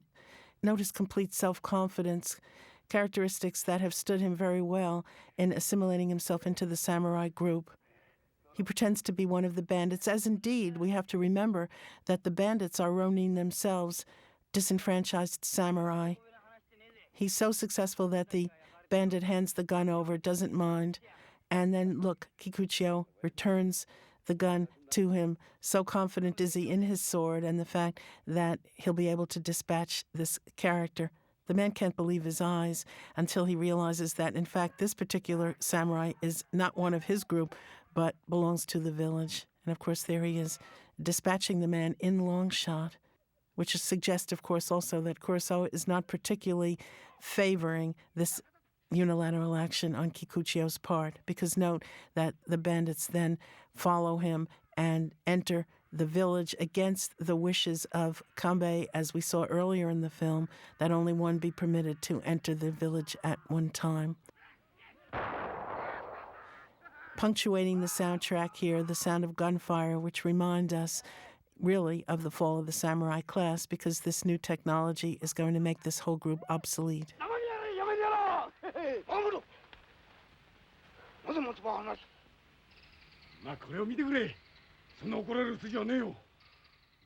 When Kikuchio returns, through Kanbei's anger, Kurosawa reiterates the central theme of the film.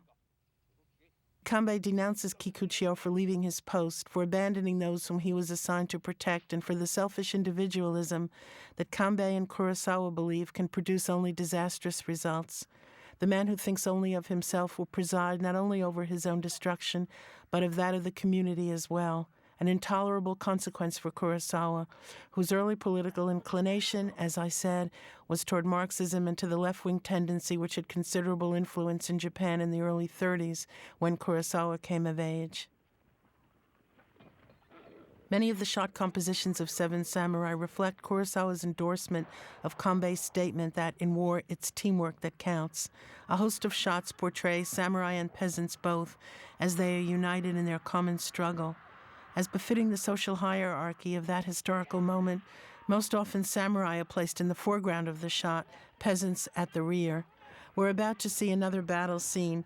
Rather than talk about that, I'd like to call your attention to another of Kurosawa's films, and it's another film that shows the notion of selfless dedication to the group. I'm talking about Ikiru, which is set at the post-war moment. Ikiru was released in 1952, the year of the departure of the American occupation. In Ikiru, the quintessential Kurosawa hero, Watanabe, like Kanbei, played by Takashi Shimura, discovers that helping others, having a swamp drained and a playground constructed for poor children, alone makes life meaningful. It takes Watanabe's imminent death, he is dying of stomach cancer, for him to discover this essential truth, that your life should be more about others than about yourself. It is a theme Kurosawa believes, imbibed by true members of the samurai class from birth. For Kurosawa, the issue for both Kanbei and Watanabe is not giri or duty, sacrificing yourself for the sake of others or to obey a set of rules. Rather, Kurosawa's point is that the meaning of life resides in solidarity with others. Kikuchio's failure to perceive that there is the greatest strength in solidarity bears serious consequences.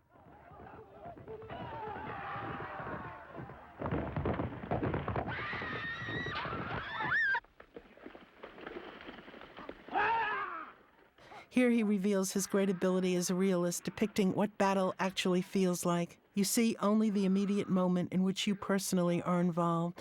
The larger configuration eludes you. Only Kanbei, the leader, possesses that greater vision. Otherwise, survival in battle is as much a matter of chance as it is courage or skill.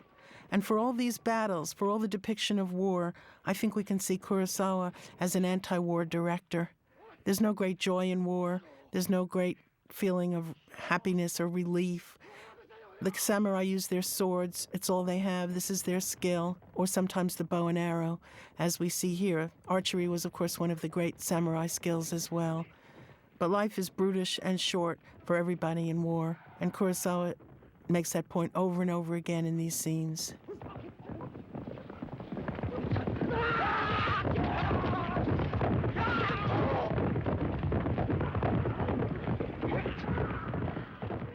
I think we should note also that because the bandits are also samurai, they're using bow and arrow as well. Here we see first Yohei dying, and he dies as a result of what Kikuchio has done, that Kikuchio left his post and left the team of peasants he was instructing vulnerable to the bandits. And so Yohei, who has been one of the important peasant figures in the film, dies at this point in the film. The peasants die by bow and arrow, they die by spears, they die by the sword, but I don't think it's too early to note that all of the samurai who die will die by gunshot. They're too skilled, and Kurosawa idealizes them to a point where only the gun, the new technology, can defeat them.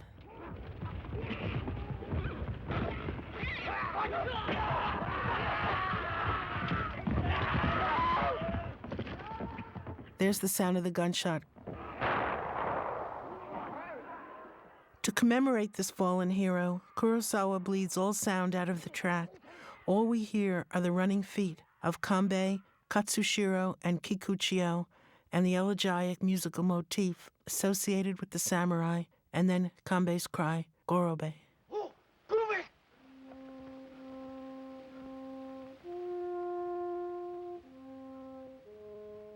That there are separate musical motifs for the peasants and the samurai and a different motif for Kikuchiyo and the other samurai is Kurosawa's way of expressing his view of the ultimate separateness of these social classes. This separation both expresses the different qualities each possesses and, ultimately, the vulnerability of the samurai who have been placed and placed themselves above the lives and needs of ordinary men and women. Shots of the graves of the fallen samurai will begin to enter the background from this point of the film onward, as Kurosawa begins the film's own mourning experience.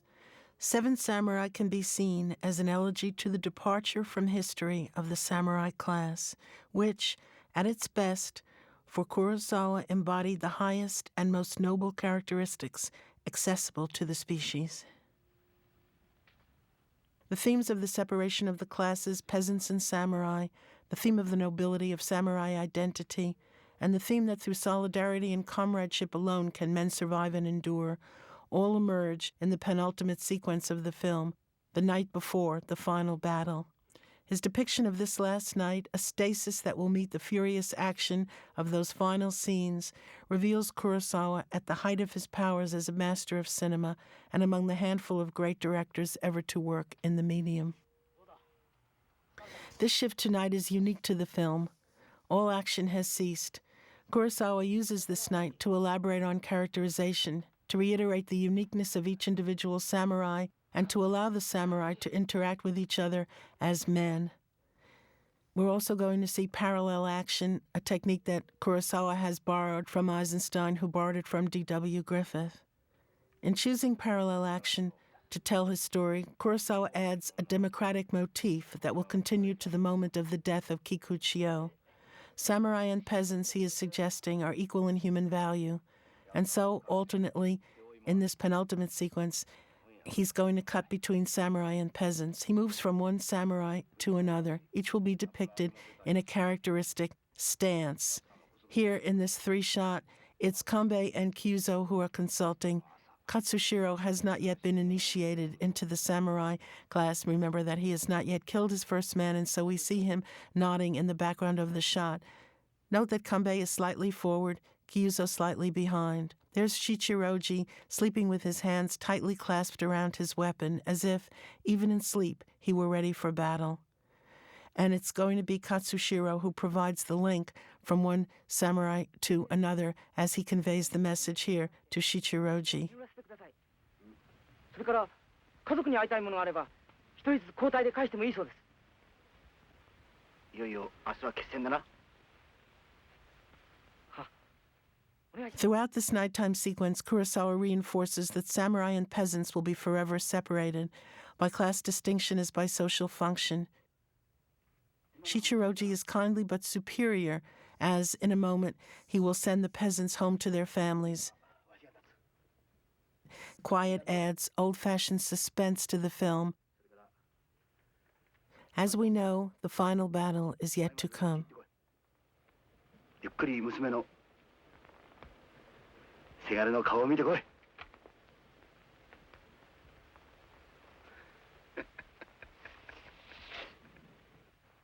From shots of the samurai, Kurosawa will cut to the scene of the consummation of the love between Katsushiro and Shino. The shots of Shino and Katsushiro are alternated, as we'll see, with shots of Shino's father Manzo, who, in his gathering rage, will pursue the young couple, although he will be too late to prevent them from consummating their passion. There are matches on action which slow down the film so that Kurosawa can emphasize those moments where his themes most fully emerge. For example, in Shichiroji's later attempt to reconcile Manzo to the loss of his daughter's virginity at the hands of a samurai. Kurosawa enlists symbolism, reframing the shots featuring the burgeoning bonfire, an emblem of the rising passion between the young lovers. Kurosawa's signature use of the telephoto lens allows him to collapse space so that the lovers seem so close to the fire that they are all but consumed by it, as indeed they are engulfed by their desire for each other. By the end of the sequence, Shino's sobs will form a musical motif of their own, at once diegetic, reflecting her pain at the inevitable coming separation from her lover, and non-diegetically, as if her pain symbolized the pain of everyone at this moment, where life and death hang in the balance. The final battle is only hours away. There is a match on action as Shino and Katsushiro consummate their love. It is as if Kurosawa, knowing that there can be no permanent alliance between a peasant woman and a samurai, extends the duration of their lovemaking in homage to an egalitarian view that would indeed transcend class distinctions and sanction the love between these two young people. Kurosawa remains both fully aware that he is depicting feudal society when class distinctions were inviolate, while simultaneously hoping that historical change was presaging the breakdown of traditional class barriers. Kurosawa is suggesting that as admirable as the samurai are, class distinctions themselves make no sense. Nowhere better is this view expressed than in the hopelessness of the love between Katsushiro and Shino. That they consummate their love at all is a sign of the vulnerability of rigid class distinctions, and the director's hope that ultimately class separation will give way to a democratization of social life and a corresponding alteration to the fabric of Japanese society. Long takes picturing Kanbei and Kyuzo, however, underline Kurosawa's privileging of the samurai. These shots support the argument voiced by several Japanese critics who complain that Kurosawa was an elitist. Kurosawa was hardly a progressive director, they have argued, since his peasants could not discover among their own ranks leaders who might rescue the village. Instead, justifying the inequitable class structure of their society and ours, his villagers must rely on the aristocracy, the upper class, and in particular samurai, to ensure their survival.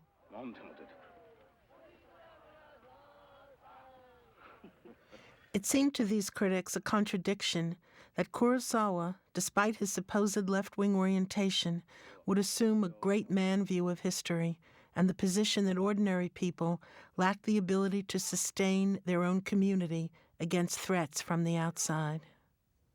Tadao Sato, in particular, objected to Kurosawa's view that only a handful of people are great. Sato complained at a Kyoto panel discussion in which I participated with him and director Nagisa Oshima that there is too great a gap between the central figure and the others. Worst of all, the farmers are too stupid. Kurosawa defended himself against this charge in his interview with me. Quote, "I wanted to say that after everything, the peasants were the stronger, closely clinging to the earth," he told me when I met him in Tokyo a few days after that panel discussion. Quote, "It is the samurai who are weak because they were being blown by the winds of time." There have also been critics who objected to Kurosawa's very use of the period film because by definition it glorifies Japan's feudal past and hence justifies a modern Japan attracted toward militarism, imperialism, and an acquiescence in the values of the modern nation-state. Nagisa Oshima has criticized Kurosawa and the directors of his generation for pandering to a sense of congeniality enjoyed by the audience, the consolation of their all being Japanese. Bitterly, Oshima has objected to Kurosawa and others fostering a sense of nostalgia, resignation, and an acquiescence in traditional modes of thinking, which encourage the perpetuation of a feudal mentality. For Oshima, despite the bite of Kurosawa's films, they do little more than accept the political status quo. They do not demand changes of consciousness that alone would lift the audience out of feudal modes of thinking. Seven Samurai seems to end on a moment of defeat, justifying Oshima's objection. Yet, in a film like the 1963 High and Low, we may observe Kurosawa's strong sympathy for the oppressed through the understanding he offers the kidnapper. Earlier on this night, we saw a distinct change in the treatment of the samurai by the peasants. From outside the frame, a peasant handed Kanbei a tray of delicacies, reiterating that Kikuchio had been right when earlier in the film he characterized the peasant class as wily, hiding rice, salt, beans, and sake while pretending that they had nothing. Not only that, but they have persistently hunted down wounded samurai, stripping them of their armor and their weapons. These they have hoarded along with the food, far from the praying eyes of the samurai who have come selflessly to help them. Peasants, Kikuchio had pointed out to the samurai, are mean-spirited, stupid, murderous people, if made that way by centuries of having been preyed upon by samurai. Yet samurai, their social betters, have stolen their food, raped their women, and burned their villages. These samurai resembled the bandits now preying upon the village, bandits who are samurai by birth and training, but as ronin, masterless and starving, have themselves fallen upon hard times. The ending of this penultimate sequence to the film shows the separation between peasants and samurai even more strongly. At first, it's Kanbei who tries to reconcile Manzo to the fact that his daughter has lost her virginity and has been spoiled. Note that Manzo does not meet Kanbei's eyes. Kanbei realizes his failure and looks up, and he's going to be rescued at this moment by Shichiroji, who comes in, and in a moment we're going to see the final match on action at which Shichiroji, too, tries to persuade Manzo that after all the same things happen among the aristocracy, they happen in castles as well, and this is not really a question of social class, but it doesn't do any good. Manzo cannot be persuaded. And this is one more moment, I think, where Kurosawa indicates that peasants and samurai can never truly understand each other, that their needs and interests are forever at odds.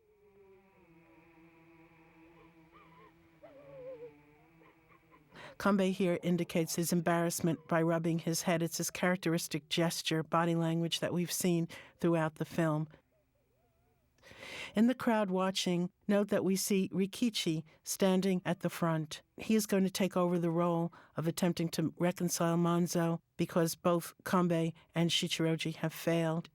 There's the match on action beginning, where Shichiroji tries to tell Manzo that the same thing happens to people of the upper class, hoping that this will be consoling.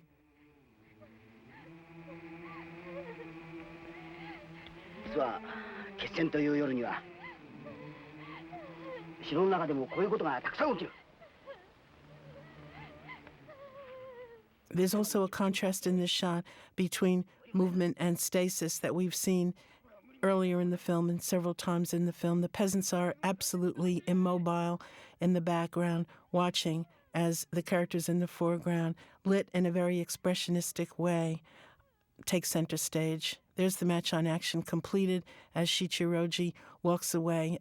Now Rikichi comes forward, and through the use of an extreme close-up, Rikichi gains prominence. He points out to Manzo that his daughter survives, unlike Rikichi's wife, who was kidnapped by the bandits and met her fate in shame. Rikichi's speech also offers a classic use of foreshadowing as Kurosawa prepares for the coda to Seven Samurai, where the peasants will emerge as triumphant despite Shino's weeping, which continues over the wipe to the next day and the final culminating battle. Here's Kurosawa again being like Eisenstein, using an inanimate object. Here it's the bonfire to substitute for the human action. Note also that the rain is beginning to fall. Extremes of weather for Kurosawa express the fury, the transformations, and the personal agony endured by people at moments of historical change. His best films, from No Regrets for Our Youth through Rashomon, Ikiru, Seven Samurai, and his most underrated film, Record of a Living Being, made the year after Seven Samurai, are situated at these moments of historical transition. At such times, when one historical epic is passing into extinction and the next has not yet fully come into being, there is turmoil, social chaos, and a disruption of traditional modes of life. It is here that Kurosawa locates his most compelling stories. As Kurosawa's persistent metaphor for such moments is an extreme of weather, so a hard driving rain opens the final sequence of Seven Samurai. This unrelenting rain affects a gloom over the final battle. It also provides irony since, after all, the bandits will be defeated. The larger theme emerges simultaneously. For Kurosawa, the rain also suggests that the heavens were releasing their sorrow at the demise of the samurai class. That historical tragedy, the passing into extinction of the samurai class, renders ironic the film's entire plot as well as the success of this particular battle.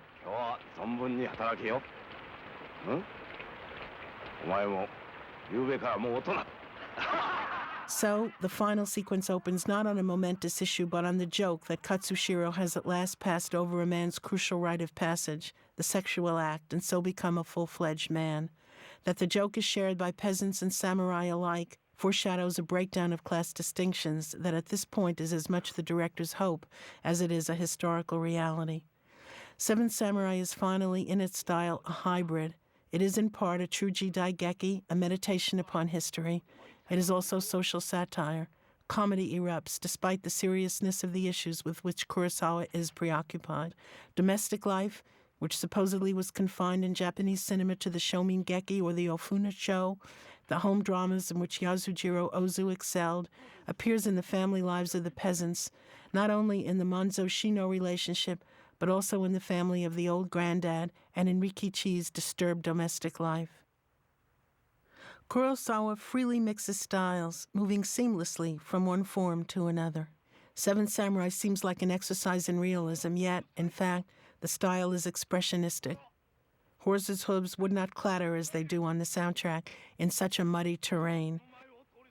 When the samurai die, in this final battle, Kyuzo and Kikuchiyo, who by the end of the film is treated as if he were as much a samurai as any of the others, both meet their fate.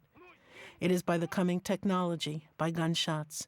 Modern Japan appears on the horizon, even as the film remains firmly set in the Sengoku period of warring clans, the 16th century. We are both in the Sengoku Jidai, the age of the country at war, when civil wars would decimate Japan of samurai, and in the present, in the moral disarray of the Japan of his own time, following the Pacific War and the American occupation, Kurosawa suggests a collective spirit and a return to what it means to be Japanese, a renunciation of willful personal inclination in favor of a unified sense of community is more urgent than ever. Listen for a minute to the clatter of the horses' hooves and they're running through mud, which is again an example of Kurosawa's expressionistic use of sound. The horses' hooves even precede the appearance of the horses in the shot. Returning to the point I made earlier, among the qualities that make Seven Samurai so great a work of art is that sense of urgency and hope, Kurosawa's belief, which will disappear in his later, more flat and pictorial films like Ran and Kagemusha, that change remains possible. In 1954, Kurosawa still believed that people can rise to the historical challenge, that by strength of will and a positive direction, they can overcome the entropy that will otherwise destroy both the society and themselves. From this point to the end of the film, every moment, every shot composition contains historical resonance. In an increasingly poignant homage to the dying samurai way of life, Kurosawa dramatizes the range of samurai skills. For example, Kanbei enlists his bow and arrow. Meanwhile, Kurosawa draws upon the full panoply of editing techniques, beginning with Eisenstein's montage. Kanbei's arrow is dispatched in one shot, only to strike home in another, so that the spectator perceives the moment of impact in that editing sleight of hand invented by Eisenstein. Like the bandits' horses racing across the frame, Kurosawa's characters stride across a history beyond their control. Constantly, samurai values are invoked. Kikuchiyo planting a bouquet of swords, we'll see that in a moment, into the ground bespeaks the samurai ethos by negative example. The true samurai, whose sword represented his soul, would never enter into battle with a collection of stray weapons that had once belonged to other warriors. Kurosawa is using multiple cameras, the telephoto lens, diagonal motion within the shot, alternating between slowing down and speeding up, and illustrating for the spectator a clinic in filmmaking, every possible technique. And Kurosawa is abiding also by the view that film, in its essence, involves motion. So we see constant motion within the shot. Here, that diagonal log across the shot again indicates the kind of conflict Eisenstein was talking about. We have just seen Katsushiro kill his first man. Just as in the penultimate sequence he had sexual intercourse for the first time, so now his initiation as a samurai is complete. Because for Kurosawa, the master-disciple relationship is so intrinsic to the social fabric, so vital an aspect of civilized social behavior, Katsushiro at once earns a disciple of his own, the peasant Rikichi, who is suddenly at his side, ready to take orders.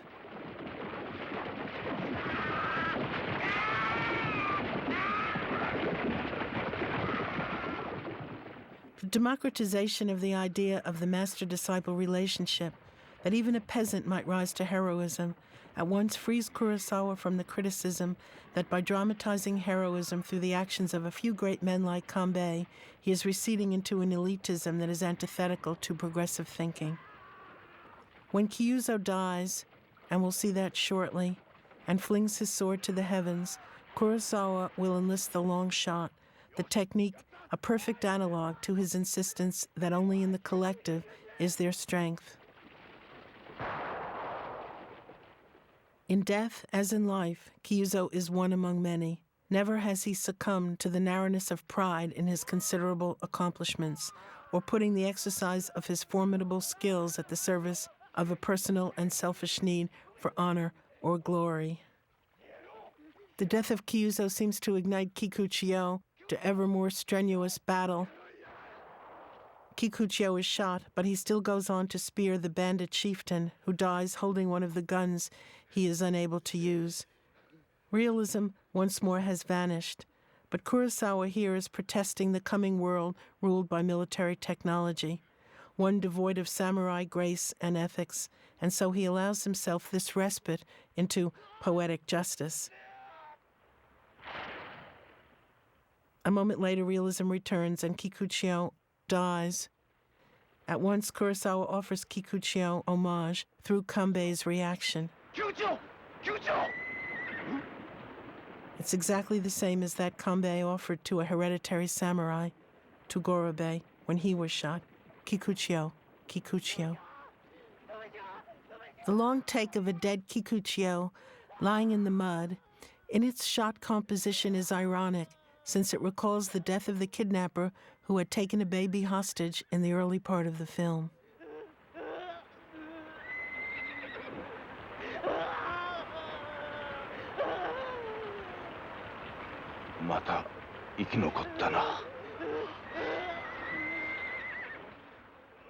The film proper ends on a shot of the flag. It's the flag that was sewn by Heihachi earlier in the film, symbolizing the unity of peasants and samurai. Here we see the flag flapping in the hard wind blowing as Kurosawa once more lifted the film out of its 16th century setting onto the wider stage of Japanese history. Seven Samurai concludes with an extraordinarily lyrical coda, an elegy to the beauty and dignity of samurai values.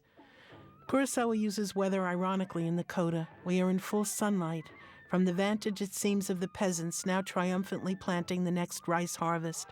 But the camera is above them, enabling Kurosawa to distance himself from the point of view of the peasants, who can do no more than resume their egocentric lives.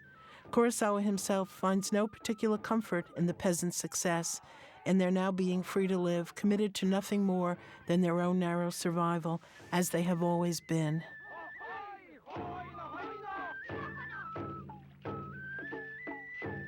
Seven Samurai has finally been not about the peasants and the needs of the village to continue, although Kurosawa opened the action on them and their plight.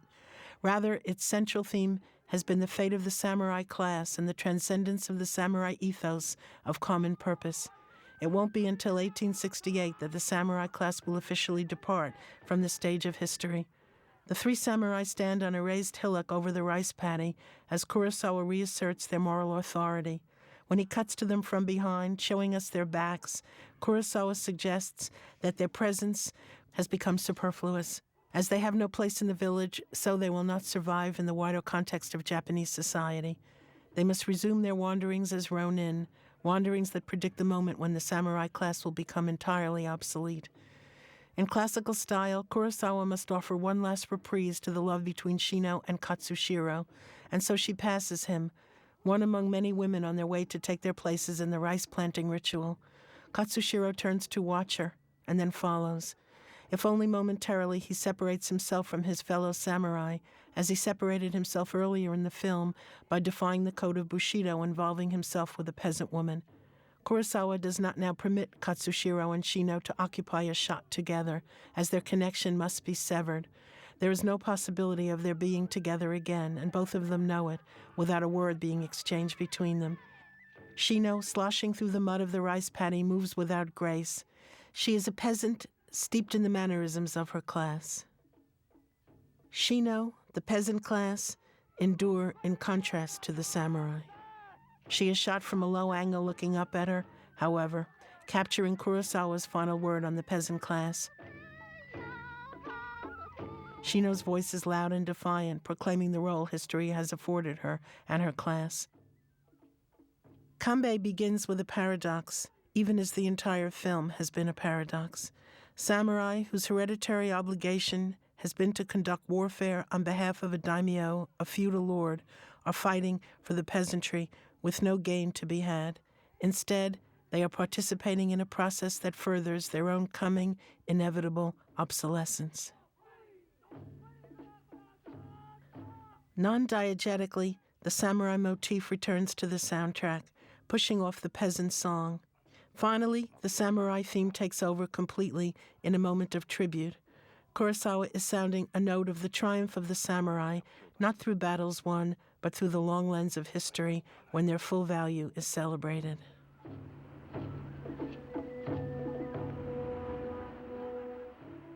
Kurosawa is bidding farewell to the men as individuals and to the social force, the code they embodied to the fullest.